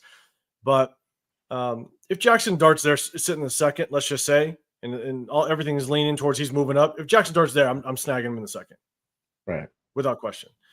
And then I'm probably, honestly, I might be looking linebacker. Because if we bring back Robert Spillane, got it. That's cool. We solidify it. But Divine Diablo is most likely going to walk. We're not going to bring him back. We need to establish the linebacker position opposite in the middle with Robert Spillane. So I'll definitely be looking at linebacker as well. Yeah, for sure. Space B says it's time to draft offensive skill players, 2 wide receivers, 2 running backs, heck, 2 quarterbacks. Damn, bro. So you double dipping and everything. Okay. I would double dip, but I would double dip probably the receiver. No, my bad. I would double dip in the running back room. I want to double dip in the. I want to get 2 receivers because you got to address the defense too, bro. You got to create some depth. So you do. We definitely got to get a linebacker. I'm definitely going to be. I'm definitely getting linebacker, honestly. And again, linebackers have been dropping like running backs in drafts. See, there's still going to be some studs maybe in the 3rd and 4th, but at the same time, I want a linebacker sitting next to Robert Spillane because I forget who said it in the chat, or maybe it was Gravy that you mentioned that he didn't like Patrick Graham because of the running game. Yeah. Because Divine Diablo is not a very good run stopper. I mean, Trayvon Merrick played better in the box than Divine Diablo. Just put Trayvon Merrick at linebacker. Shit, I mean, might as well, right? He balled when you sat in the box, and so Divine Diablo is just not it, and I think we definitely got to address that linebacker position fairly early in the draft. So they'll definitely be on my radar in the second. For sure. Let's see. Let me go to salute to John. Appreciate you tapping in. I say Simon Butler, pick best player available at 6. So it's like the Raiders really like Dart. They're not looking at him. I think that you have to consider him. They like Shador, but if Shador gets nabbed, then you got to go for Plan B. You got to go for Plan B, C, A, B, and C, and even D if you have to for quarterback. So, and John Collins, Butler's man. I want Butler back, man. I'm telling you, it's hard to have 2 because Butler's going to want to get paid. So it's going to be hard to have so much money invested in your line because we got to extend Max Crosby. He's going to want guaranteed money, so you got to pay Max Crosby and get him locked in. I'm not saying you have. Sorry, I take it back. You don't have to, but it's more likely that we're going to extend Max Crosby, give him some money, and then you have Christian Wilkins, a high-paid interior guy, and then we're going to pay Adam Butler. As much as I want Adam Butler back, man, he's an absolute beast. I think it's going to be hard, to be honest, giving him a bag, and having such a high-paid defensive line with a pretty good depth in this draft this year. So, but yeah, man, I'd like to see Adam Butler back. Yeah, for sure. Walt says take best player available at 37. No Dart. I guess you're not a Dart fan. That's cool, bro. I mean, there's other quarterbacks out there, so if it's not Dart, it could be somebody else. So it's all good. Megalodon says great offense is the best defense. I don't necessarily always think that way. I think you have to have the balance. You have to have balance of both. So you got to have a good defense as well as a good offense. And we saw that. I'm biased because I'm a defensive guy. I played defense my whole life. Played offense, but played defense the majority of my life. And I think that's what can stop KC. Like that's who you need to stop, right? They're in the Super Bowl. They've been consistent in the Super Bowl. They're in our own division. And so it's trying to figure out, okay, the hard part about going against KC is they've changed their strength over the last 5 years, right? In the beginning, when they had Tyreek Hill, they had the most high-powered offense we've seen in a long time, right? They were just scoring points after points after points. And then as a team in the AFC West, you now have to draft and bring free agents to counter that. And what's tough is what the Chiefs did. And it was kind of genius, to be dead honest with you. What the Chiefs did is they flipped the script on everybody.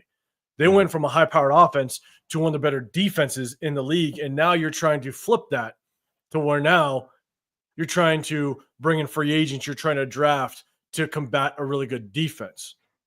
And so it's really been hard to keep up with how to beat the Chiefs.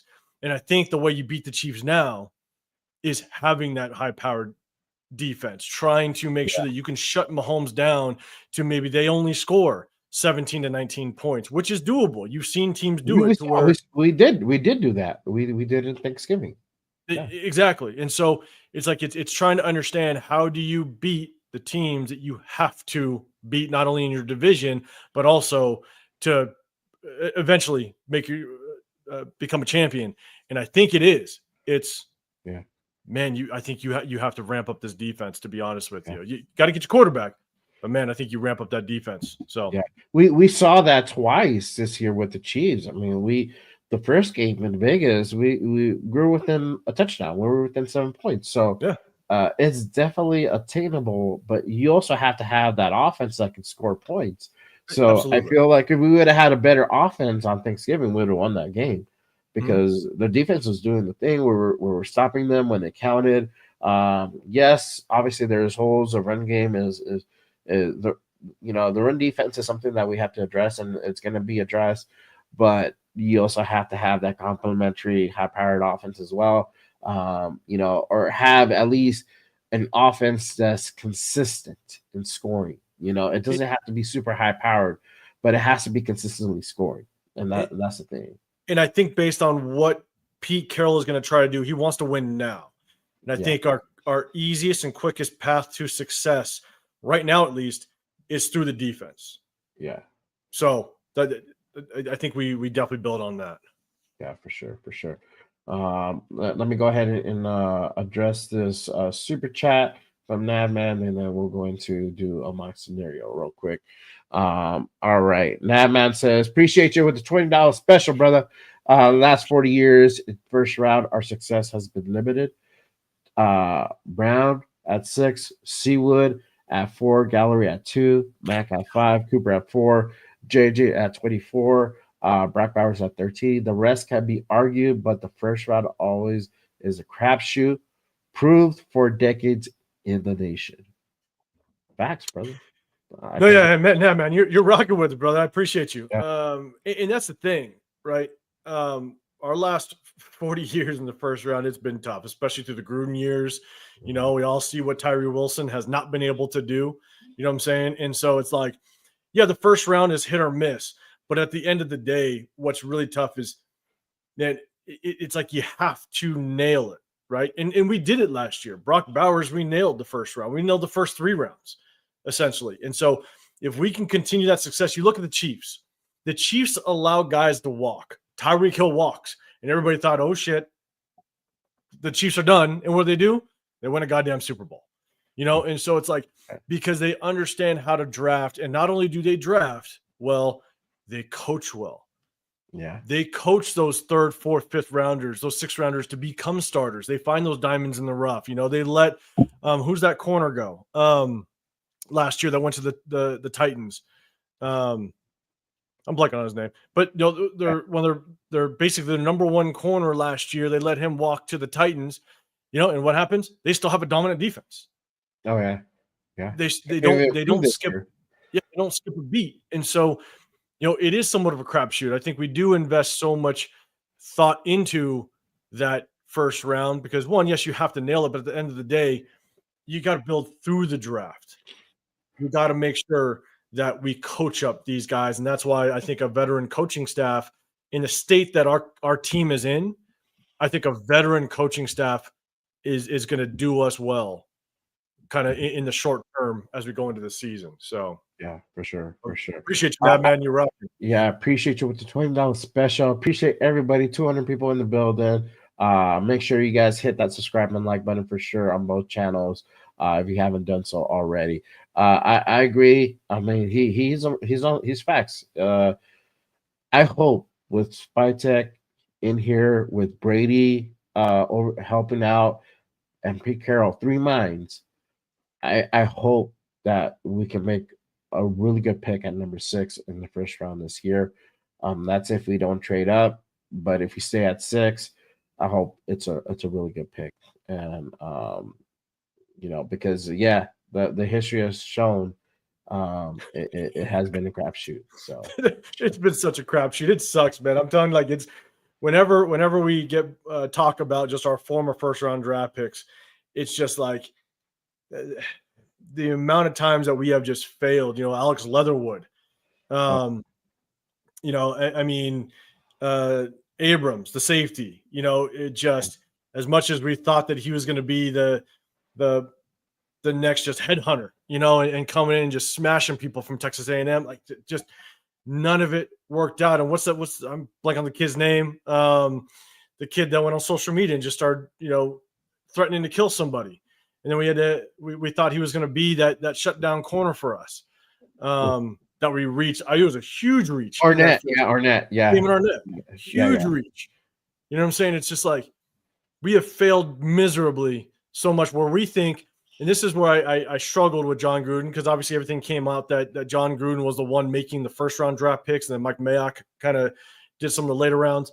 It was almost as if we were trying to outsmart people.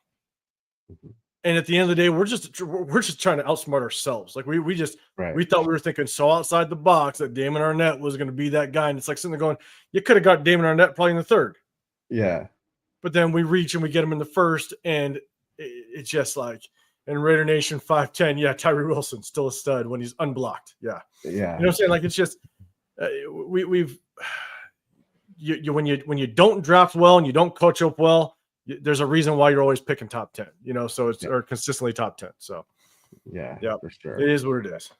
Yeah. Oh, for sure. Let's go ahead and get into this mock draft. We'll do a couple and then we'll go ahead and kind of wrap it up here. So like I was saying before to everybody out there from my show, we're gonna do a mock draft. This is me and 805 are gonna do one. I'm gonna do one with you guys next Saturday. So make sure you guys tap in for that, and that's gonna be an audience interaction with the mock draft.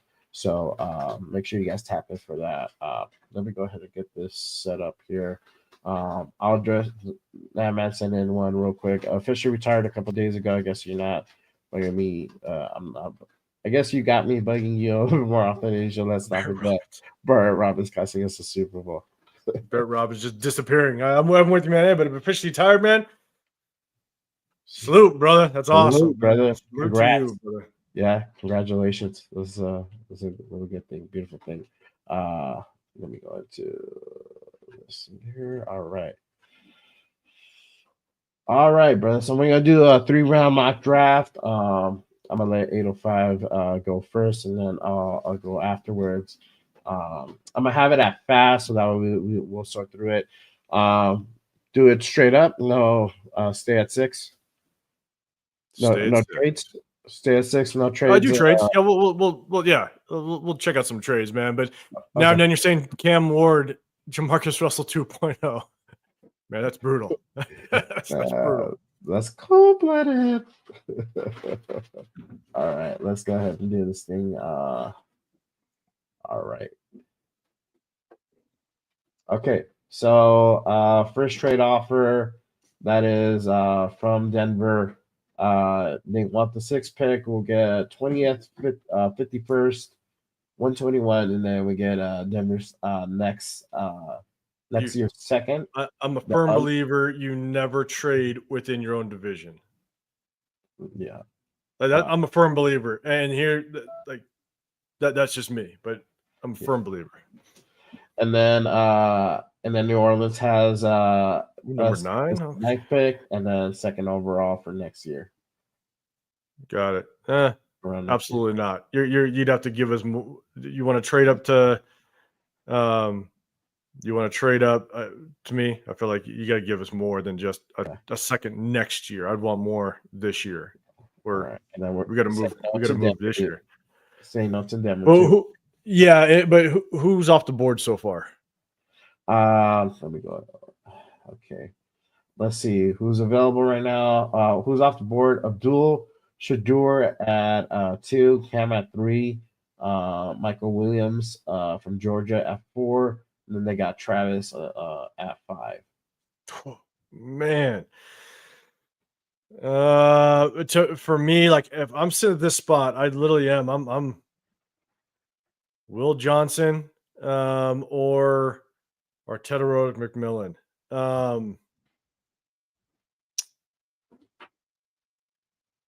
Let's do this.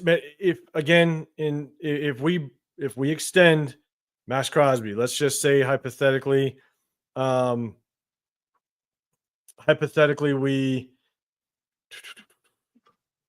because I think the Jets are easily going to get a receiver. I think the Jets pull Tedderode McMillan most likely. Let's see, Carolina's behind us. Let's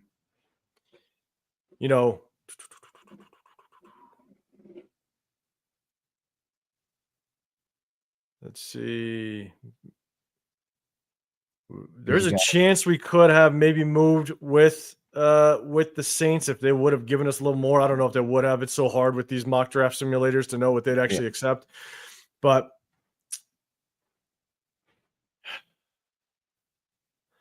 let's T-Mac.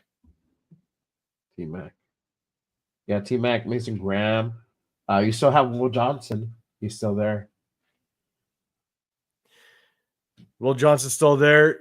Can you bring that the trade offer? Did you reject the Saints one? Yeah, I reject. Oh wait, hold on. Yeah, I rejected the Saints. Okay. Yeah, man. I wonder if they would have given us maybe another 3rd or even a 2nd this year.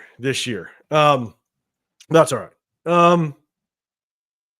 It's between T-Mac and, in my opinion, T-Mac or Will Johnson.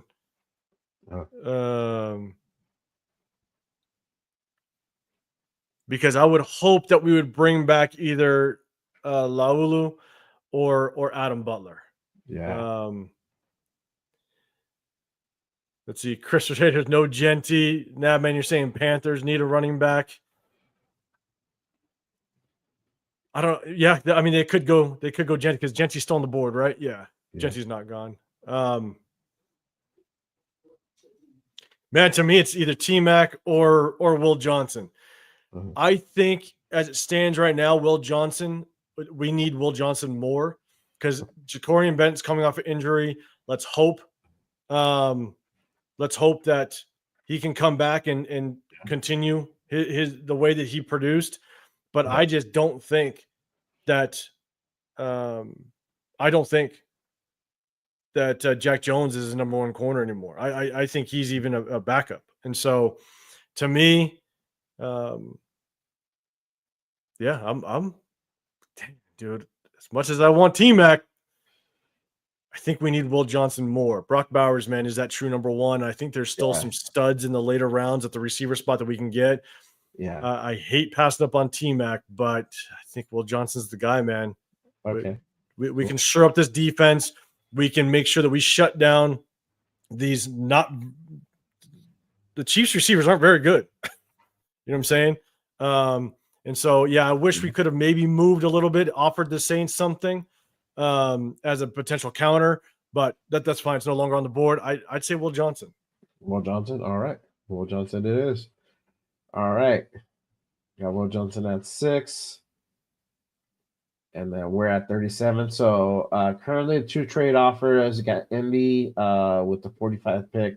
And then they're offering a second rounder for next year. And then Dallas with giving us the 44th pick and offering a second for next year. They want the 37th and 144th pick. So the 144th, I think, is one of our thirds. Yeah, I think so. Let's hide that. So who's off the board so far? So where'd our guy where'd our quarterback go? Let's see. They got. Let me scroll down on this. Well, go to the offense and see what quarterbacks are still on the board. Quarterbacks. So you got Milroe, Dart, Ewers, Howard, Gabriel, McCord, Curtis Rourke, then Leonard. You got other guys in there. So where's what running backs are on the board still? Running backs are Hampton, Caleb Johnson, Judkins, Henderson, Giddens, Scottaboo. What linebackers are on the board? Let's see, linebackers. We got Jahad Campbell, Barrett Carter, Chris Paul Jr., Higgins. So here's the thing: is where's it? Chris for Raiders, man? You're saying that God, if the Cheetah does come back to KC, if Tyreek Hill goes back to KC, Jesus Christ, like that's going to be tough. that's going to be nasty work, and we'll definitely have to build around that. Shit, I don't know how you. I think you just snagged Jackson Dart. He's there. I don't think he's going to be there.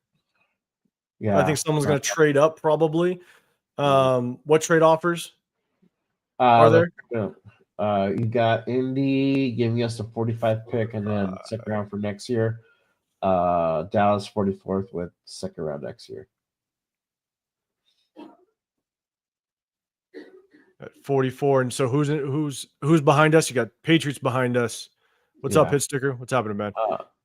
Patriots behind us. They don't need a quarterback. Don't need a quarterback. Saints don't need a quarterback. Yeah, Jets. No quarterback. Jets could potentially snag one if they like who's there. Yeah. San Francisco doesn't need a quarterback. Then that's Dallas. We could probably trade back and still get Jackson Dart.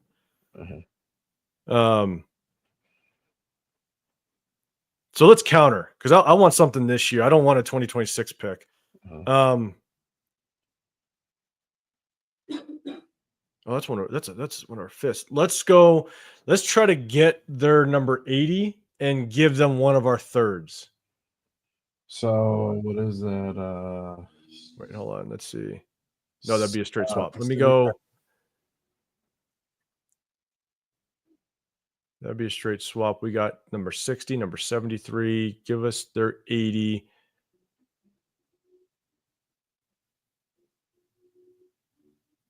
You know what? They're 80. Let's take maybe next year. No, they're 116. No, they're next year second. next year's second, and we'll give them one of our 6. So maybe try the 214. 214. Okay. Let's Cool. see. And then that would give us the number 45. Is that 60 or 68? Which one? Our for us, is that pick 60 or 68? It's hard to see. 68. Okay, so then that would give us a 68, a 73, and an 80. Yeah.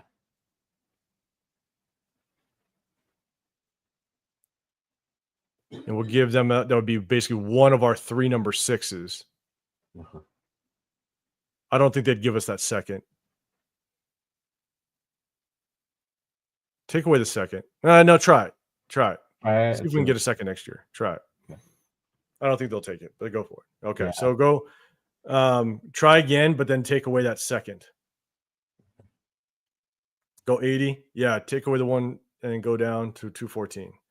Okay. See if they'll do it. If not, then we'll just take Jackson Dart. Okay. Yeah. Or you want to trade up with Dallas.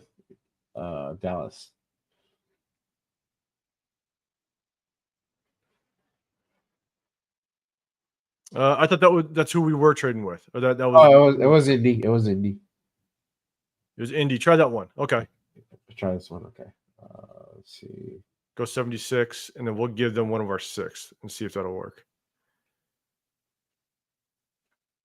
Okay. I'd say pull Jackson Dart. Okay. Cool. Now we're getting to a third. Let's see here. All right. So the trade, Atlanta wants our 68th and 182nd. And they're willing to give us 117 and a second for next year.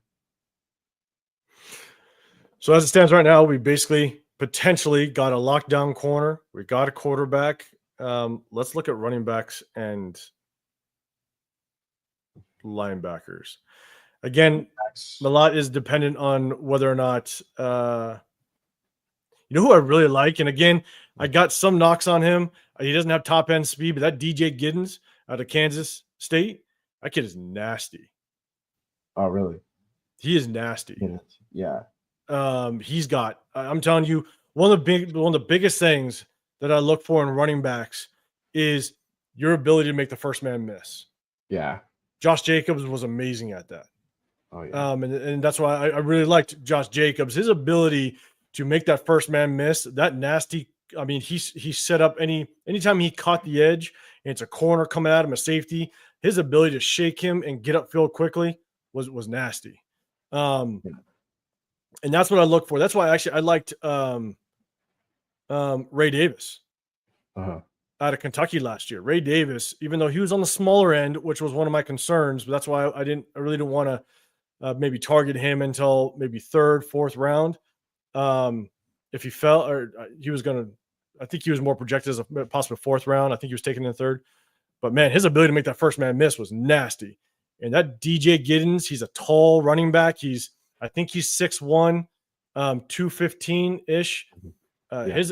He doesn't run very strong, but man, his ability to shake that first man is nasty. So let's look at linebackers. All right. You got Chris Paul, Higgins, Carson, Schriesinger, Barton, Stutzman, Jeffrey Bassa, Morgan. Let's see. Then look at D-line. Yeah, Sanders, Collins, Turner, Cross, Roberts.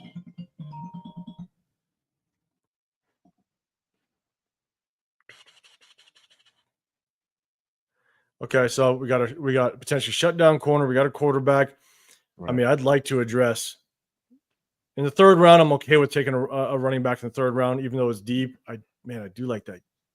I do like that Giddens kid. I got to do a little more research on the linebackers, to be dead honest with you.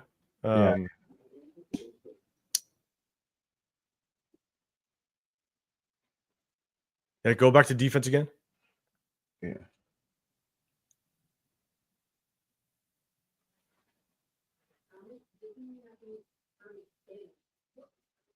Man, let's see. And we're doing a third round, right? So this is our last pick. Yeah. We have 2 more. Two more. Okay. Two Yeah. more. Yeah. Let's see. All right, go back to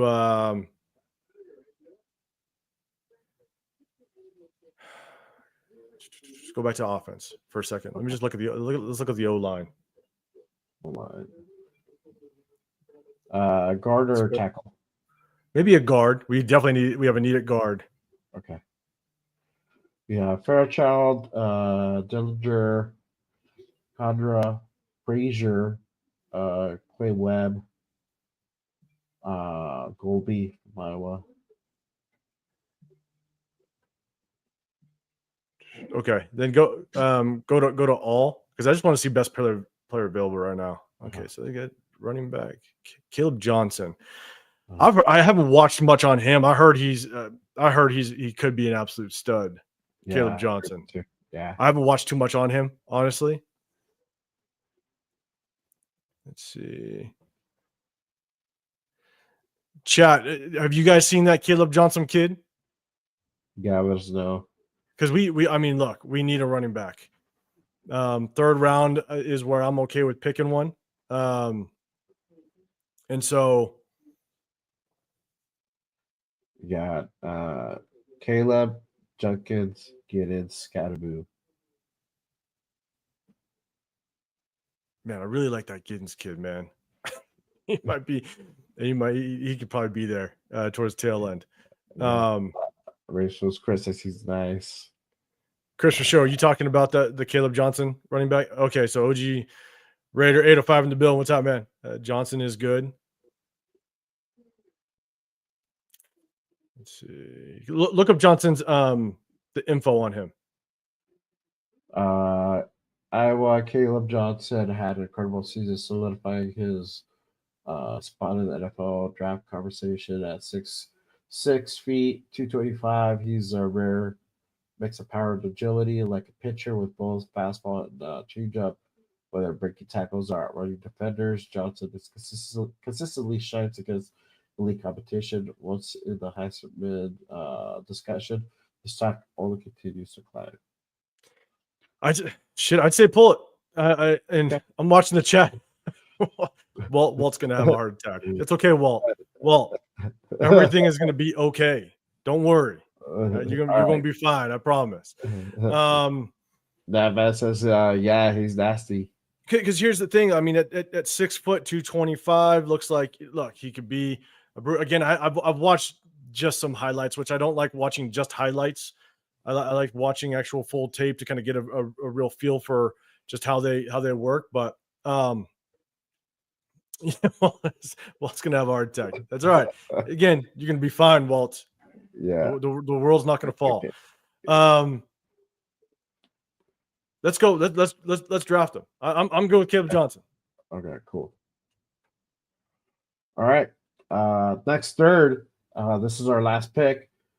Philly wants the 73rd and next year's 7th.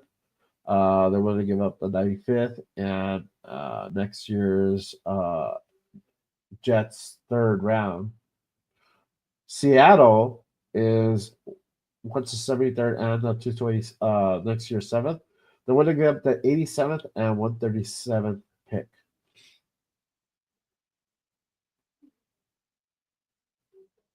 Okay, let's go back and let's see who's been taken so far. Okay. OG Raider 5. Yeah, Giddens.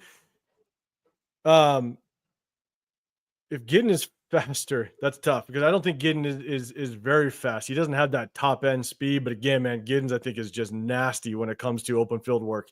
He can definitely make that first man miss, which is just nasty.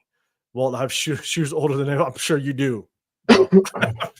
I'm sure you do. I don't know if that's anything to brag about, but I'm sure you do got shoes older than me. Let's see. Okay, so who's taken? You got TJ, Jaden Higgins. So who's taken so far?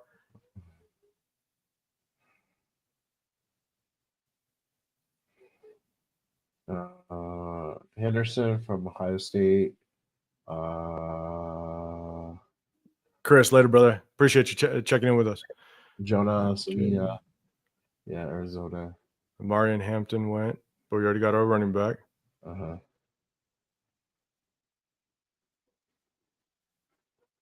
Okay, so here's my thing. Let's look at linebackers. Okay. Because here's where I definitely would want to potentially address the linebacker position. Maybe look at some depth on the O line if we don't address it in free agency.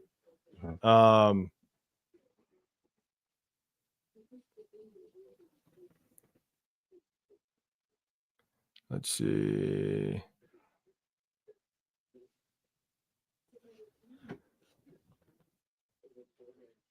And then go to go to O line as well. O-line, okay. And then this is where I probably want to look at a receiver too, honestly, between those three positions. Let me look. So at tackle, you have Pierce, Oliver Pierce from Rutgers, Gray Zabel from North Dakota, Green from Georgia, Cornelius from Oregon, Trey Windig from Indiana. At guard, you still have Fairchild, Dillinger, Andra, Frazier from LSU, Clay Webb from Jacksonville State, and Golby from Iowa. Okay, go to receivers. I want to see who's left at receiver. Williams, Lacey Horton from Colorado State. This guy from Maryland. Ricky White. He's available. Man, damn, that Savion Williams is there. Look at linebackers again. Linebackers, yeah. Chris Paul, Higgins.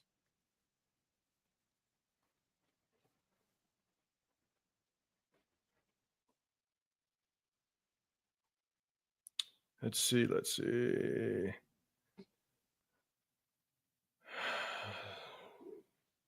I heard that. I haven't watched too much tape on him, but I heard that Chris Paul kid could actually be pretty decent. But I think he's more of an outside. Again, I haven't watched much tape on him. I don't like doing it. It's a little bit of a reach, I think. But we need a true 50-50 ball guy. Yeah. We need a tall, athletic type of receiver. We didn't. Again, I like Darrell McMillan. If we can go and get a guy that could be a 50-50, like look up Savion Williams info. Savion didn't have an ideal opportunity to showcase his full potential in TCU's offense, but his rare blend of 6'5", 225, and athleticism makes him one of the most intriguing prospects in this class. With the right system, his natural ability can make him a standout playmaker. I mean, let's go all best player available, or just to see best player available. Okay. Edge, Kylie Kenner from South Carolina, then Judkins. Safety, Penn State Winston. They got Williams. And Navman saying that Paul Jr. is a pass rusher. Yeah, okay. So I thought he was more like either pass rusher or like outside linebacker type, more athletic. Let's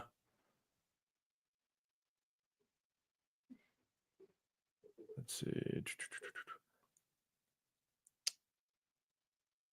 Let's take one real quick at the defensive tackles, real quick.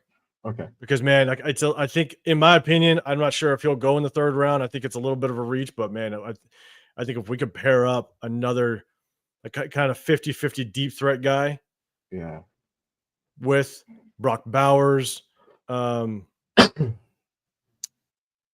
see, Jacoby Myers, stuff like that. Alfred Collins, D tackle, Sherman Turner.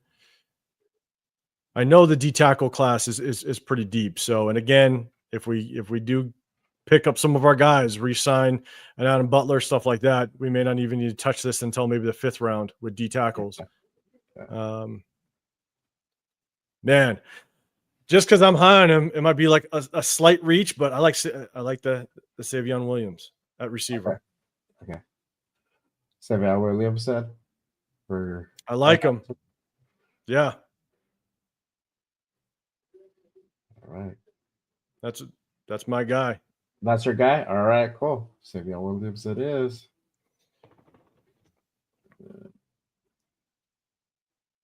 That's it. So this is 805's picks. Will Johnson at 6, Dart second round, Caleb Johnson running back in the third, and then Savion Williams the other third. Awesome. Like that. Not bad like that at all. For sure. All right. I'm telling you, because like that's the thing is like again, might be a little bit of a reach, but that Savion Williams, man, if you go back and watch his film, he's a little raw. I do think he needs to improve a little bit on his on his route running. But the thing about him, what's up, Severe? What's happening, man?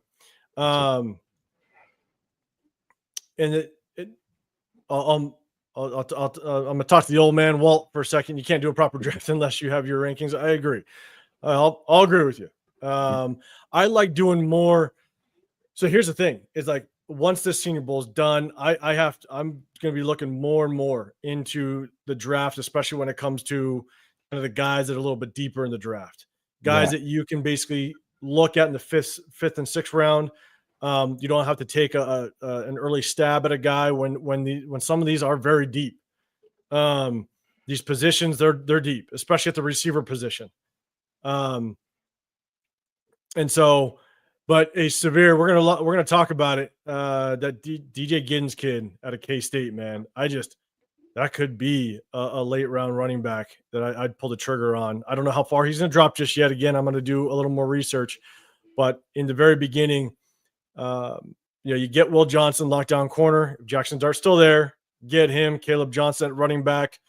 But then Savion Williams, you got Jacoby Myers, which is more of our possession receiver.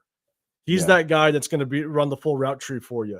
Brock Bowers is our true number one. And Savion Williams with his 4.4 speed and being that potential 50-50 ball guy, now you got your deep threat. Because I just don't know if Trey Tucker is our deep threat. I really don't. I don't see him as a deep threat. He just can't get that separation. No. You can have speed, but he just doesn't. He doesn't have that ability to run those routes proper enough to get that separation. I just don't see it. No, we saw that this year. Yeah, and so that was my knock on him going into last year. And so I think Savion Williams could be that deep threat 50-50 ball guy that is just a freak athlete. He's an absolute stud. But OG Raider at 5, yeah, man, definitely got to look. Definitely got to look at linebacker. It's definitely something I wanted to look at in that third round. Just didn't see anything that popped off on me. And but man, I'd be stoked if we got the Savion Williams kid. But yeah, for sure. Cool. I'm thought about this. I like this. This is a good draft for sure. All right. And I think it's good. I know we pissed off Walt, but that's okay, Walt. We're gonna be okay. Everything's gonna be right. Everything's gonna be all right. All right. So I'm gonna do one myself. I'd be interested to see. Let's see what the sim spews out. I'll be interested to see. Let's see. All right. Okay. So I got an offer. Cowboys want the 12th pick. Cowboys want 6. They're offering 12 and the 44th, which is the second round. Let's see, that's the only one. Then Jets want 6, and then we're going to give up their 42nd, but they also want the 68th. Okay. And then Seattle wants the 6th. They want to give up 18th, 50, 82. I think that's it.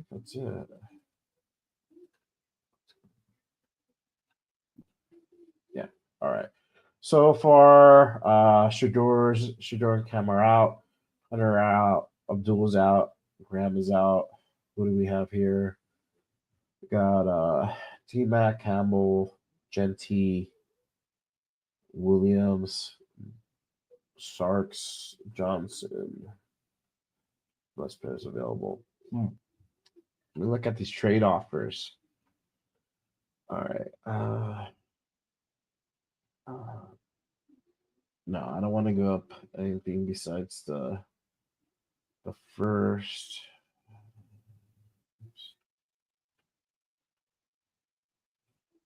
Oh, then I got Miami. They're going to go up the 13th and the 48th. I do like this though. You know what? I'm gonna trade back. I'm gonna trade back, and I'm not gonna count on them. So I get another. Let me see 50th. I just want to make sure. Is that another third? My bad. I'm sorry, I was muted. So with the first pick, with the first round, you're gonna trade back, and you just pissed off Walt. I love it. Good job. Shout out to you, Walt. I'm with you. Walt's gonna blow a gasket over there. They want my 6. We get 18. Another second and another third. All right, getting that draft capital. Yeah. New York is only New York wants us to give up our a third, our first and third. No, they're willing to give us 7th and another second. Later on, James. Appreciate you checking in. Thank you, brother. Cowboys 12th and another second. I like Seattle. I mean, if I'm gonna do this trade, I'm gonna try to get as much as I can. I mean, Seattle is literally giving us a lot for that 6th pick. Later on, OG Raiders. Appreciate you. And I like T Mac, but I feel like we could get probably pretty good receivers.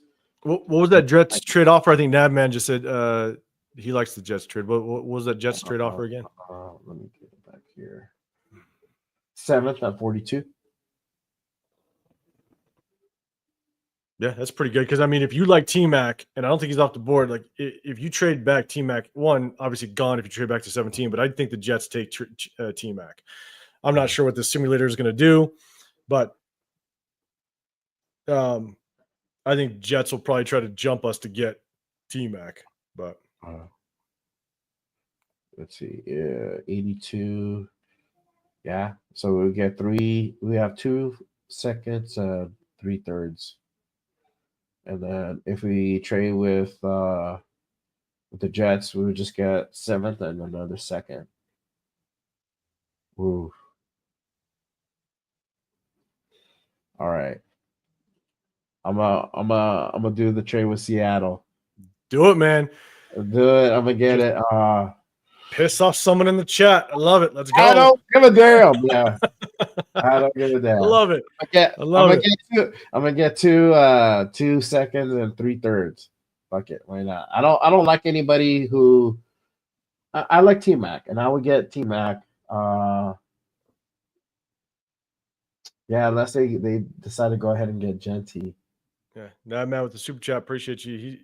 He says, "That's what he said. If you wanna roll full trade back Jets first, then trade 8th again." And that's could happen. I mean, if Seattle wants to come up and get that pick, you trade back with the Jets. T-Mac will most likely be gone, but you might get another trade offer. Ooh, okay. All right. Oh, Nabman, you moved him. You sold me on that. All right. You moved him. I like it. But then you piss off Walt. Sorry, Walt. Love you, brother. But sorry, Walt. We're just trying to draft like the Raiders always draft. Okay, that's what we're doing. Yeah, let's be realistic. We're trying to screw this thing up. Let's do it. All right, go with the Jets. So who the Jets get? Did it go through? All right. So they got T-Mac. They grabbed T-Mac. All right. They got T-Mac. All right. So And they're Seattle's off. coming back to you. See? Yeah, there you go. Seattle wants the 7th and the 107th pick, and then we would get 18, 50, 82, and then next year's second. There you go.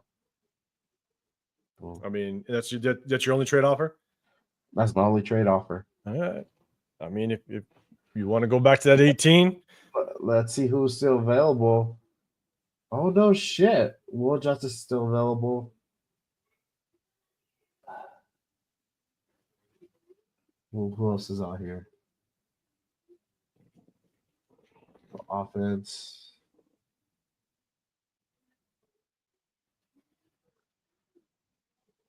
yeah, Ginslinger was saying that Jets trade was no brainer. Nabman saying take it. Yeah. I think he's saying take it to that Seahawks offer. At 18, again, it's hard to just figure out how the simulator is going to work. But at 18, man, you still could have. I mean, if there's some genty people out there, like that, not necessarily myself, but you trade back. Yeah, if you're You still could have more. You I'm still not could have big some on pretty good that. options. Yeah. Let's see. Trade offer. All right. I mean, that's a haul though. Pick 50, pick 82. Yeah. Xavier says if you trade back with Seattle, British should be available. Okay. Let's see. Yeah, fuck it, let's do it. Ooh, whilst barbecuing it up and watching your mock draft. I like it. A little T-bone on the grill. Yeah, that was good, brother. Good. All right. Walt, I just hope it's charcoal, not gas, big guy. I'm just letting you know. All right. Only gotta rock charcoal. We got 3 trade offers. Wow. Okay.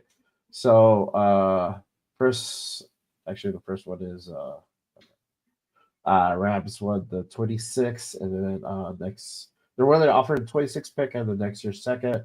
They won the 18th, and then next year's 7th.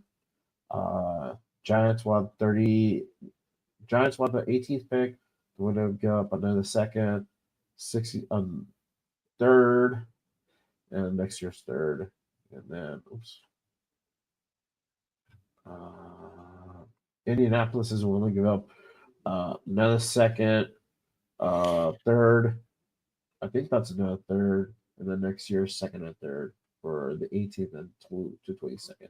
I'm gonna keep my first rounder. You're sticking with it now? I'm sticking with it now. So, all right. Let's see. Who is available? All okay. So you got Starks, Banks, Jalen Walker, linebacker, Morrison, wide receiver Matthew Golden from Texas. You got another wide receiver from Ohio State.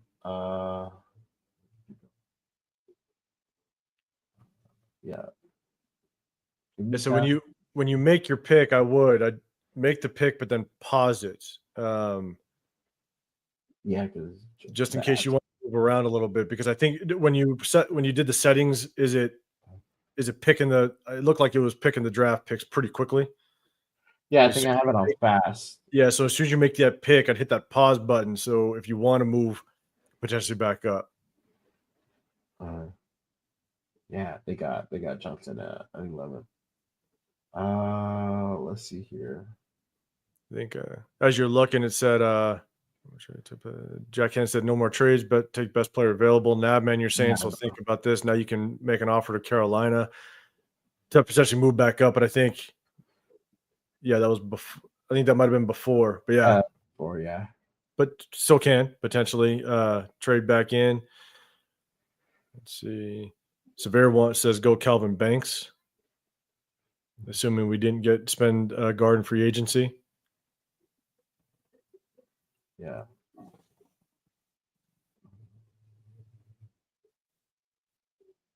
Well, saying somewhere in this draft we will. Yeah, Yeah, definitely got to get. It's a deep class, and you got to get at a minimum, depending on what we do through free agency. Definitely got to get depth. Let me see Golden, 6 foot. Golden scheme diverse talent, but is like this guy has a run blocker made limit to use. I'm more of an offensive guy, so I probably would go more offense for a first round pick.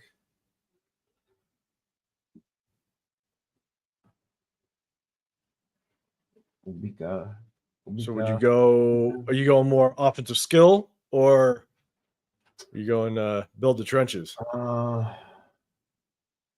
probably gonna go with Ubika. Yeah, I go with Ubika.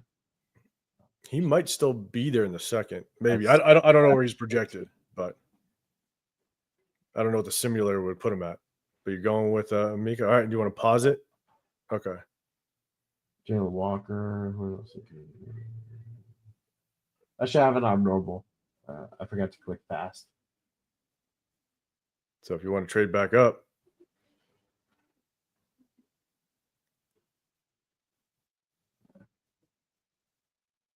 all right. Yeah. Not trading. Okay.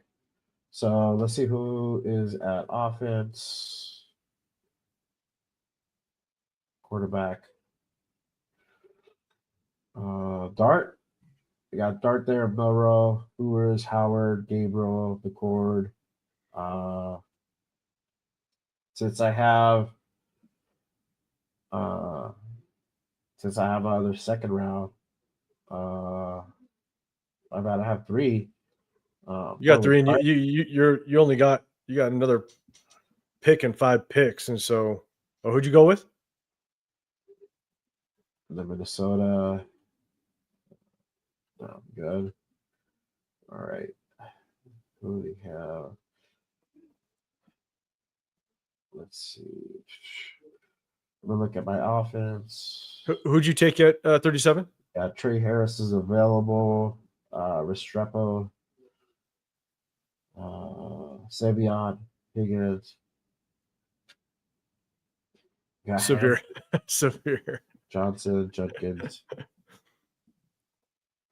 Samir's like, if we still need a running back, we can take Monroe. That's funny. Facts, bro. Oh man, that's funny. No, hey, who'd you take at 37? Who's available? Walker, Sawyer, Sanders. All right, I think I'm gonna go stick with offense. I'm gonna do the Ole Miss reunion. I'm gonna pick Trey Harris. Trey Harris, receiver.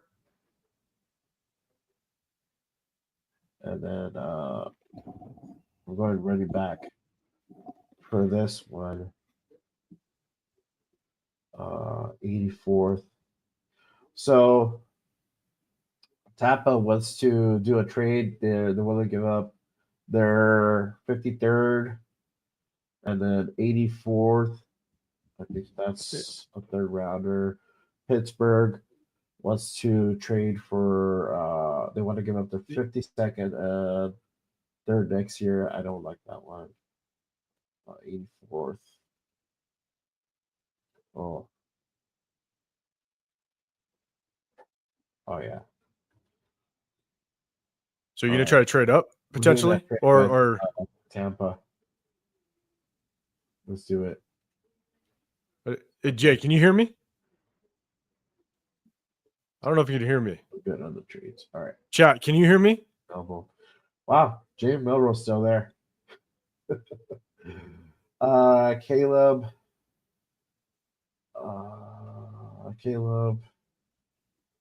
Mercery. Sanford. Oh, okay, Jeff, you can hear me. I don't know if Jay can hear me.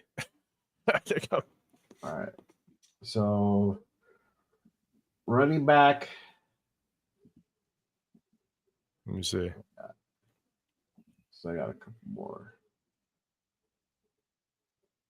So I got another one. Let me see if last second. let me see if I can get Jay's attention. I don't know if he can hear me. Let's see. Can you hear me? I can hear you. Can you hear me? I can't hear you. Yeah, I don't know what's going on. Hold on. I can't hear you. Can you hear me? I can hear you. Okay. I just hold on. Let me see what happened. And the chat can hear me.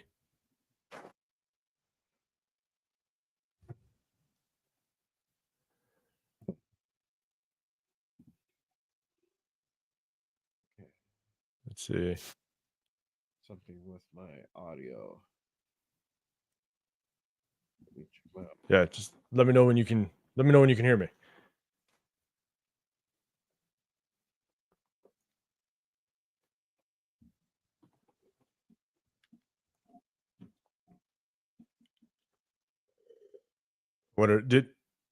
Okay. How about now? Let's see. Hear me now?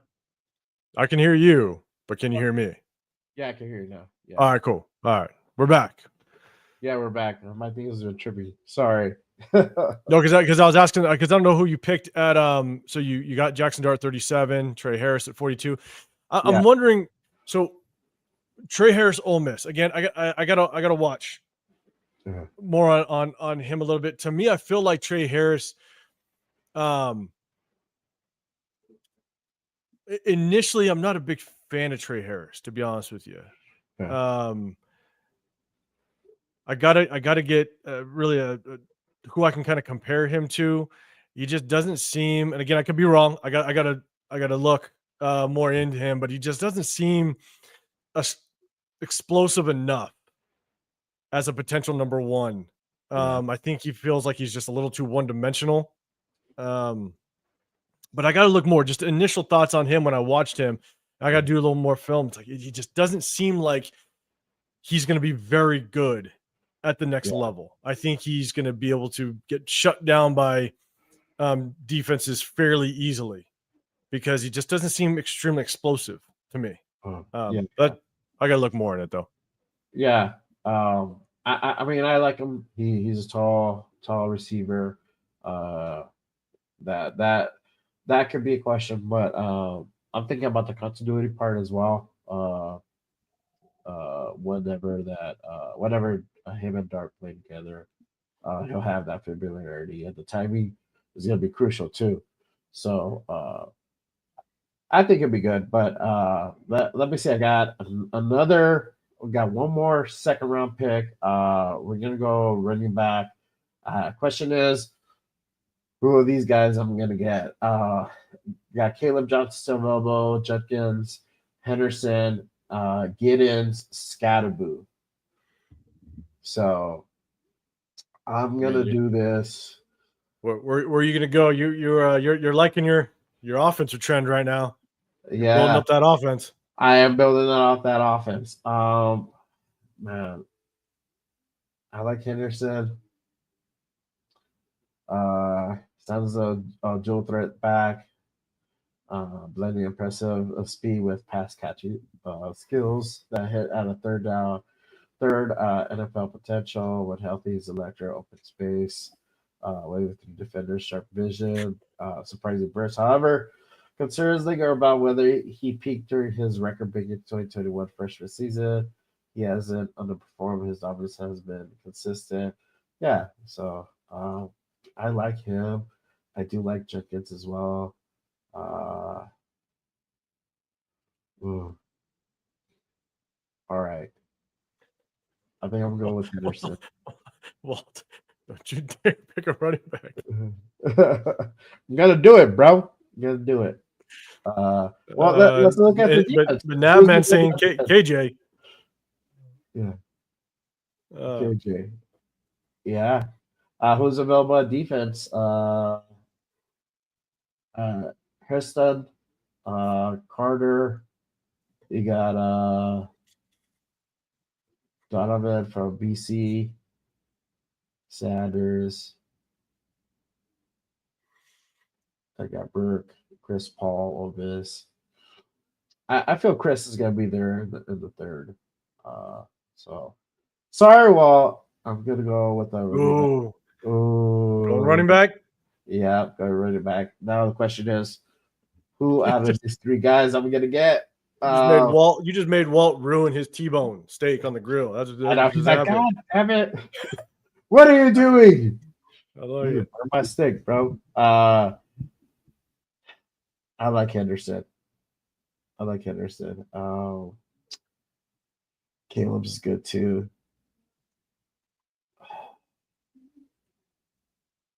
All right, go with Henderson. All right. I like Trevion Henderson. To me, I feel like just watching Trevion Henderson, he looks like more of that potentially that scat back type of guy, right? That guy that's going to be able to. You got to get him in open space a little, especially being at 5'10". Got to get him in open space and try to get his athleticism going. Trying to run in between the tackles consistently in the NFL. It's going to be interesting to see just kind of can he do it. Yeah.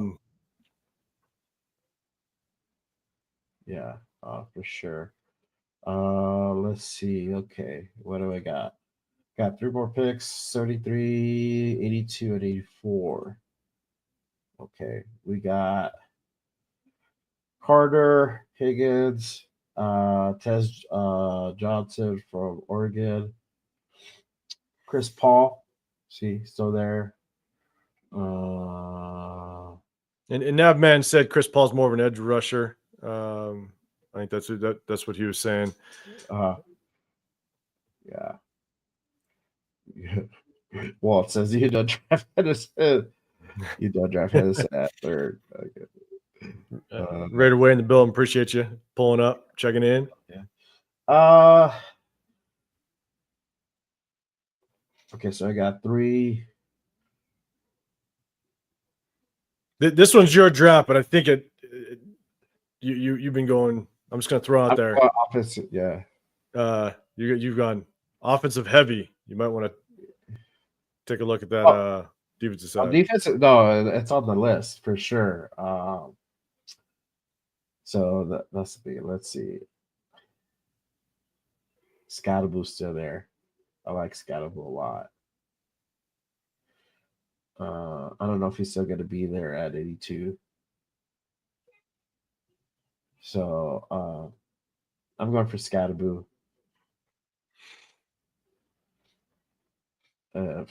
Scattaboo? Yep, I got Scattaboo. So Scattaboo, to me, like he's definitely to come in and play with a chip on his shoulder. I think he is like.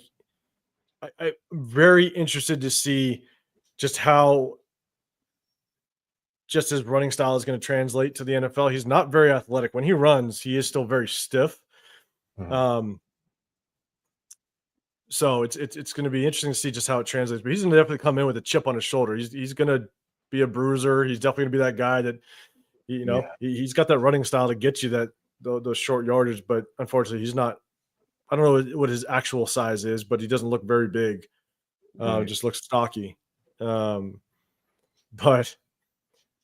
tell you, man, that the one kid, man, if he's sticking around in like the 5th round, that DJ Giddens kid out of K-State, I know I keep mentioning him. God, man, he's a kid that's just shifty as all hell. He's still there. Yeah, he's still there. He's a guy that to me, I feel like he could be nasty in the NFL a little bit, but yeah. All right, so I got 82nd, 84th.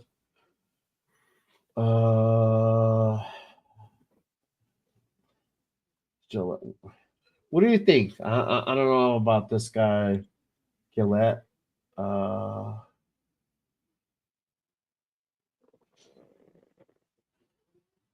gonna call Lifeline. I'm gonna call you. So for the 82nd, who do you like?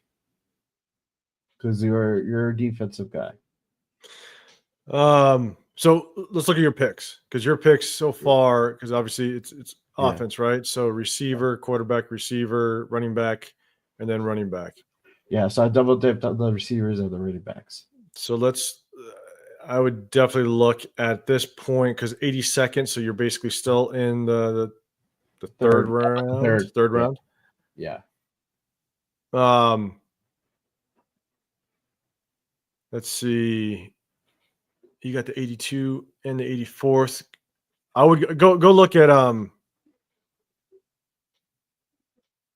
this point it's D tackle, linebacker. You could look at a corner. Yeah. Go look at D tackle. Okay. You got Lott, Collins, Turner, Cross, Roberts, Cadwell, Jordan Phillips, Peebles. Who's behind you in the draft? Go to the draft picks. So you got Steelers. Steelers and then 84. Yeah. Who's willing to trade for 82? Let's see here. Green Bay. Oh shit, they'll give us a fourth, and you just drop back because you got the 84th. Then they give you the 82nd. You got Broncos and Chargers sitting in front of you. Yeah.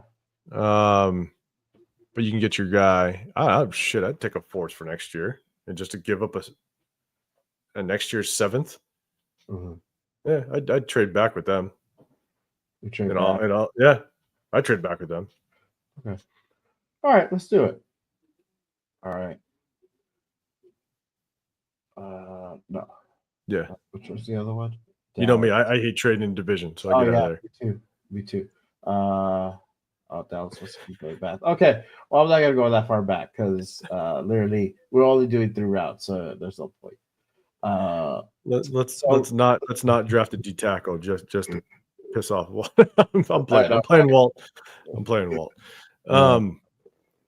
Let's see. Everett from Georgia is still there at corner. Ransom from Ohio State.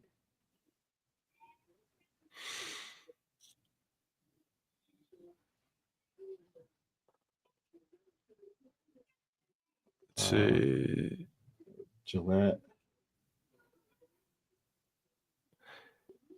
I'd scroll up. Obviously, if we have Christian Wilkins on the inside, if we didn't pick up anybody through free agency, my biggest thing is we definitely need a bigger, true run stopper type and short yardage. So, again, I haven't dug real deep into the D tackles as it relates to just overall size. And so, if you can find somebody here that could be a true, run stopper.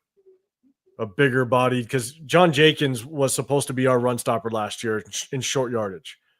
And so obviously I think John Jenkins is going to be gone.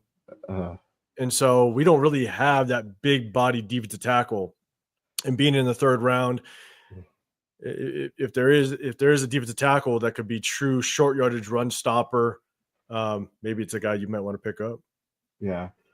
I was going to ask Walt, like, you're talking about tackles, bro. So who do you want? You said Alfred Collins.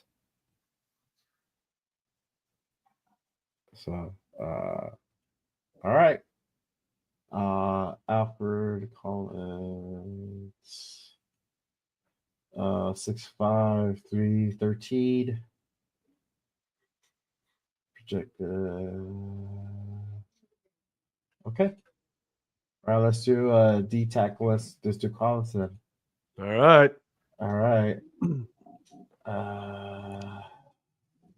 No. Okay. All right. Well, we made you happy. J Raider made you happy. I hope. Oh man, I hope, bro. Like, until the next pick. Next pick. All right, but we're probably gonna stick defensive. So one more pick in this 3rd. So this is the last pick for you. This is the last pick. Yeah, this is the last pick for me. Let's see here. You got Everett. Now man sent a super real quick. Shout out to y'all. Who are we gonna get? Who are we going to the Super Bowl next year? Try and mock draft, trade back completely out of the 1st round. Done it. Highly impressive. So are we going to the Super Bowl next year? I'm going to say no. I can't see us going to the Super Bowl next year as much as I'd love to. You definitely want to hope for the best. I just don't see it. I think we may be at a I don't even want to say how far away we are, but I can't say that. But we can definitely put that out there. Nah, man, I appreciate you. Yeah. Try a mock draft trying to trade completely out of the first round. So, hey, I think maybe in the next session we can definitely try it. Yeah. I've done it before. Last year when I was doing mock drafts, I did trade out of the first round last year because there was definitely guys I liked in the second but I did it last year, and yeah, but in this year's draft, it's definitely deep enough, especially with the receiver groups, the defensive tackle groups. I want to do a little more research on the corner depth. But trading back might be interesting, but I also think it would be hard because we have so many needs on the offense. Oh yeah. So yeah, man. Salute to you, man. Nah, man, you've been rolling this session, man. I appreciate you. Appreciate you, brother. Appreciate you. Right, Jay, your last pick. Last pick. This is all you. I don't know if I should get a corner or a safety. I think we need the corner more than we need the safety.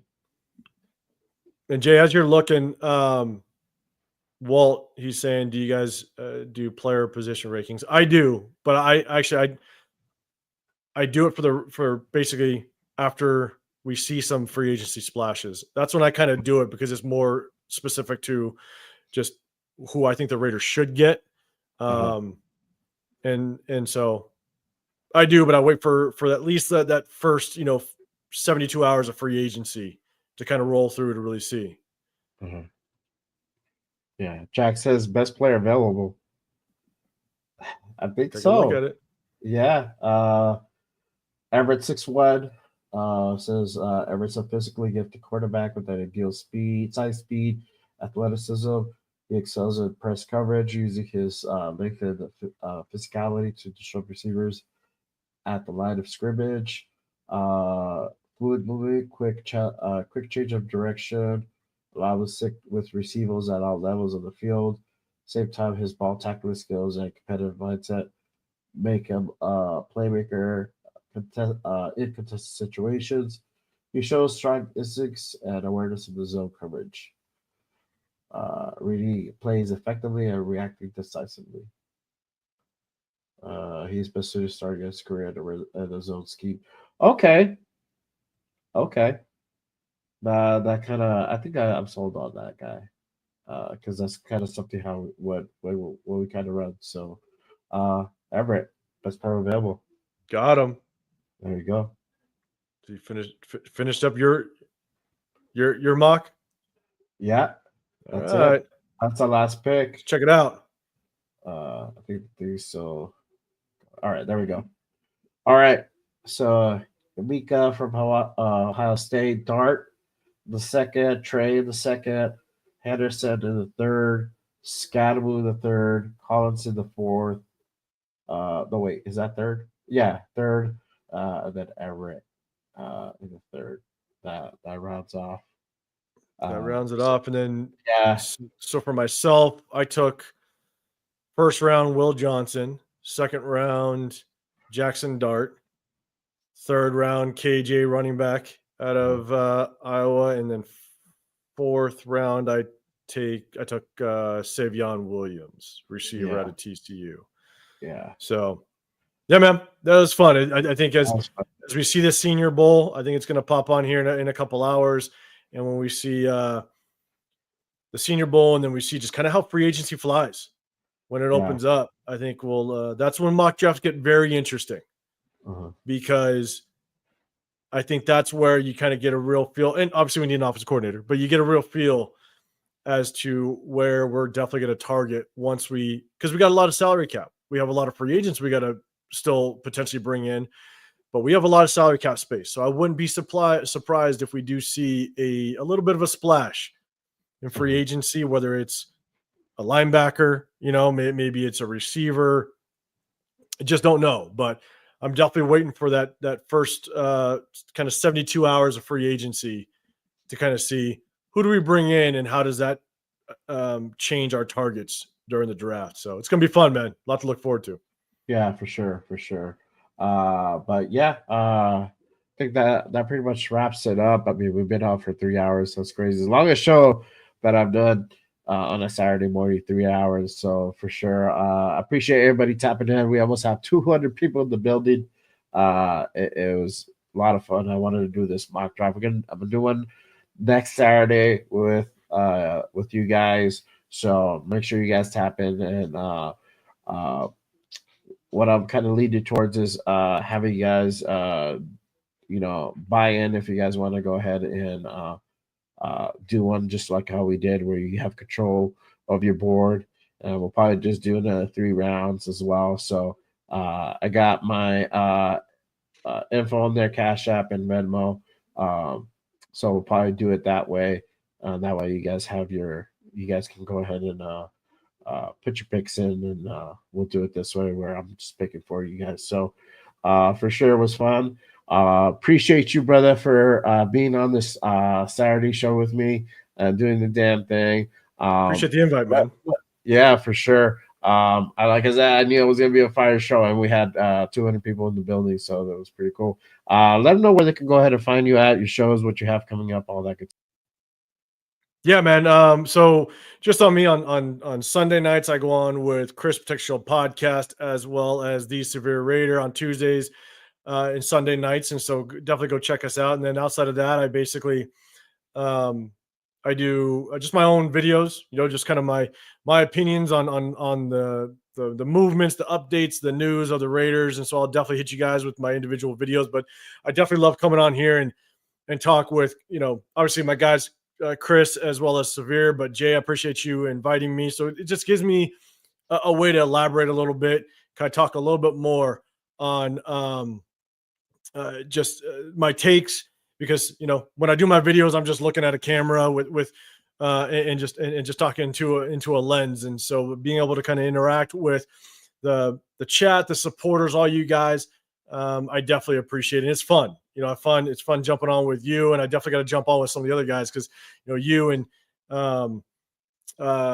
any Raider boosters, Jeff, Christopher Raiders, Leo, all those guys. You guys are always going live, so I definitely want to jump on and just show my support because you guys are always rocking. So it's fun, man. It's fun, and you caught me on one of the Saturdays that I'm actually free. I'm usually with my wife and kids. It's always busy, but you caught me on a good Saturday, so I definitely appreciate the invite and invite me on. And before I get off, man, shots of Nab, man, you're cracking today, man, and most importantly, congratulations on the retirement, brother. That's awesome. Love hearing it. But everybody else, Yaya, I appreciate you pulling up. Jack Canna, Ginslinger, my guy out here in the Vegas area, always good. And of course, our guy Walt with the feedback in the draft. I appreciate you. So, but Jay, I think you're muted, brother. Jay, I think you might be muted. Okay, my bad. There you go. Yeah. So yeah, I appreciate everybody. Appreciate Navman with the $10 special. Everybody tapping in today. Again, thank you, brother, for coming on the show, and definitely we got to run it back. I got to get you on the Raider Connection with Cheeto and the rest of the guys. We had Gravy on the other day, and that was a fire show, bro. Like we were on there for like same thing for like 3 hours, just chopping it up and talking different things. So we got to get you on that show for sure. As me, make sure you guys, I do my show every damn Saturday morning at 10 a.m. Pacific. Good Morning Raiders, and then I do the Monday show. So make sure, and that's right after Cheeto show. So that's 9 p.m. Pacific. Make sure you guys tap into that, and then obviously the Raider Connection going down every damn Wednesday at 7 p.m. with Cheeto Linus, Jeff New England Booster, my guy LB Raider 10, and myself. And then we're chopping up everything Raider related, news, rumors, all that good stuff. We deep dive into it and talk about it. So make sure you guys catch us on that. But again, real lastly, because going back to Nabman, he's saying trade out. He doesn't believe that there's a franchise quarterback in this draft. And then you got Ginslinger following up saying totally agree. It's like It is. It's very interesting, right? Because there's two different ways you can look at it. If you do trade back and you stockpile some draft capital, we do have a lot of needs in positions, especially with all the free agents that we potentially try to bring in. We're not going to be able to bring it. We're not going to be able to bring in everybody on the defensive side. That's not realistic, right? You got Robert Spillane, Adam Butler, Trayvon Merrick, Nate Hobbs, all those guys. It's not realistic to bring all these guys in. So there's definitely going to be some holes that we need to fill in big positions. We still need another linebacker next to Robert Spillane. And so if you aren't sold on your quarterback, if you don't think that there is a quarterback in this draft, then yeah, maybe you do. Bring in a free agent quarterback, you drop back a little bit, you stockpile some draft capital, which I like, because the more you stockpile, the more you have the ability or the option to move around, which is always good to kind of have that. And so, yeah, I'm not against it if you don't think you have that franchise quarterback is here, because it's going to be a pretty, as much as I don't like to look in the future, because you do have some hot quarterbacks next year, right? Drew Aller, Archie Manning, Yeah. you know, you got Ewers, that Texas quarterback, right? Even though he's a little bit older, I think he transferred, I think, to Oregon. You got him potentially coming out. You definitely have that ability to draft a potential quarterback next year. But here's the thing, though.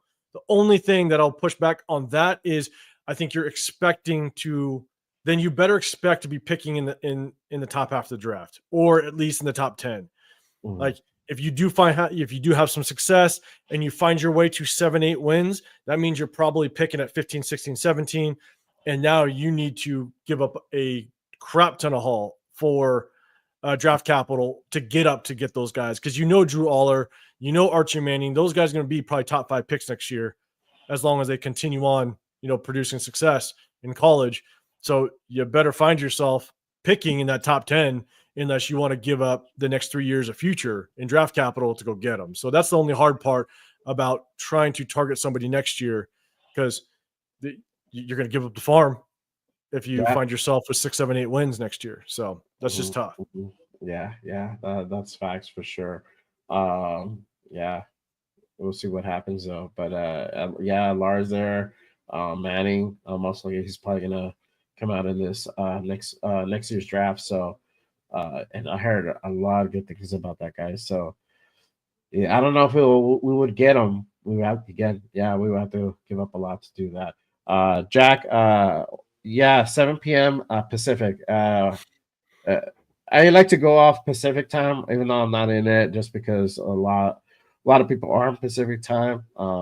That's 10 p.m. Eastern. Everybody on the East Coast, salute to everybody in the East Coast. Appreciate you guys for watching. Supporting the nation out there. You guys out there all alone, holding it down for sure. Over there with Jeff for sure. One more for Nav, man. Man, I appreciate you. Yeah, there you go. Hey, it's all good, man. There's no better place than the nation. You guys are awesome. Everyone's take is important. The nation's the only place to be. A hunger beast is dangerous. Facts, brother. Facts. And now, man, let me know next year, when you come back out. Obviously, you're always on our lives, man. I appreciate it. Let me know when you come back out next year for the season. If you come out for a game or what have you, we'll definitely link up. Jen Slinger, he's in this area. We could definitely link up, man. I'm in the Vegas area. Moved here in 2020, and so let me know. We can definitely link up and chop it up, man. I appreciate you. Appreciate everybody in the chat. 100%. Everybody, as usual, make sure you guys hit that subscribe button. I am trying to get to 250 subscribers. I am at 241, 9 more. So make sure you guys hit that subscribe button. Trying to go ahead and reach that milestone. Obviously, the main goal is getting to 500 and getting monetized, just like my guy right here, 805, and bringing even better content, because I can do so much more once I get to that milestone. So make sure you guys hit that subscribe button. For sure, 100%. But other than that, I think that's it. Any final thoughts on the season or anything in general? Man, my final thought is we got to get an offensive coordinator. Obviously, got to lock that in as soon as possible. Let's make it happen, because then we can kind of see where this offense is going to go and maybe the direction. But I'm really excited. As much as we talk about draft and all this stuff, I'm very excited about free agency. I want to see who we bring back, and I want to see, is there a big name that drops that we bring in because we got some decent draft capital, or cap space. So we got money to throw around. And I do think, based on Pete Carroll and his comments, I think he's trying to win right away. And I think he showed that by bringing back Patrick Graham, and just trying to keep that consistency. So I'm excited, man. I'm excited for free agency, and make sure everybody kind of rolls with us and keeps checking in, because when free agency hits, man, it's going to get exciting. So I'm excited. Yeah, for sure. I can't wait to see who they decide to go ahead and bring in as offensive coordinator. And then obviously you got free agency. So that's the first one that's going to hit. And man, I feel like there's a lot of big news coming. So I just can't wait to see what happens for sure. Yeah, and shout out Jack Kenny. Yeah, we should probably go to Walt's for dinner, man. He's cooking up some T-bones. You can't say no to a T-bone, man. Love it. For sure. All right. But that's pretty much it. Appreciate you guys for watching. Make sure, again, you guys hit that like and subscribe button on both channels. And then we have our respected shows during the week, so make sure you guys tap into that. And then you're on tomorrow, like you said, 8:05. So make sure you guys tap into that. Again, thank you guys so much. Appreciate everybody here today. And keep tapping in. And as always, remember, just Raiders, baby. Peace. I'll see you guys next time. Later on, people. Appreciate you.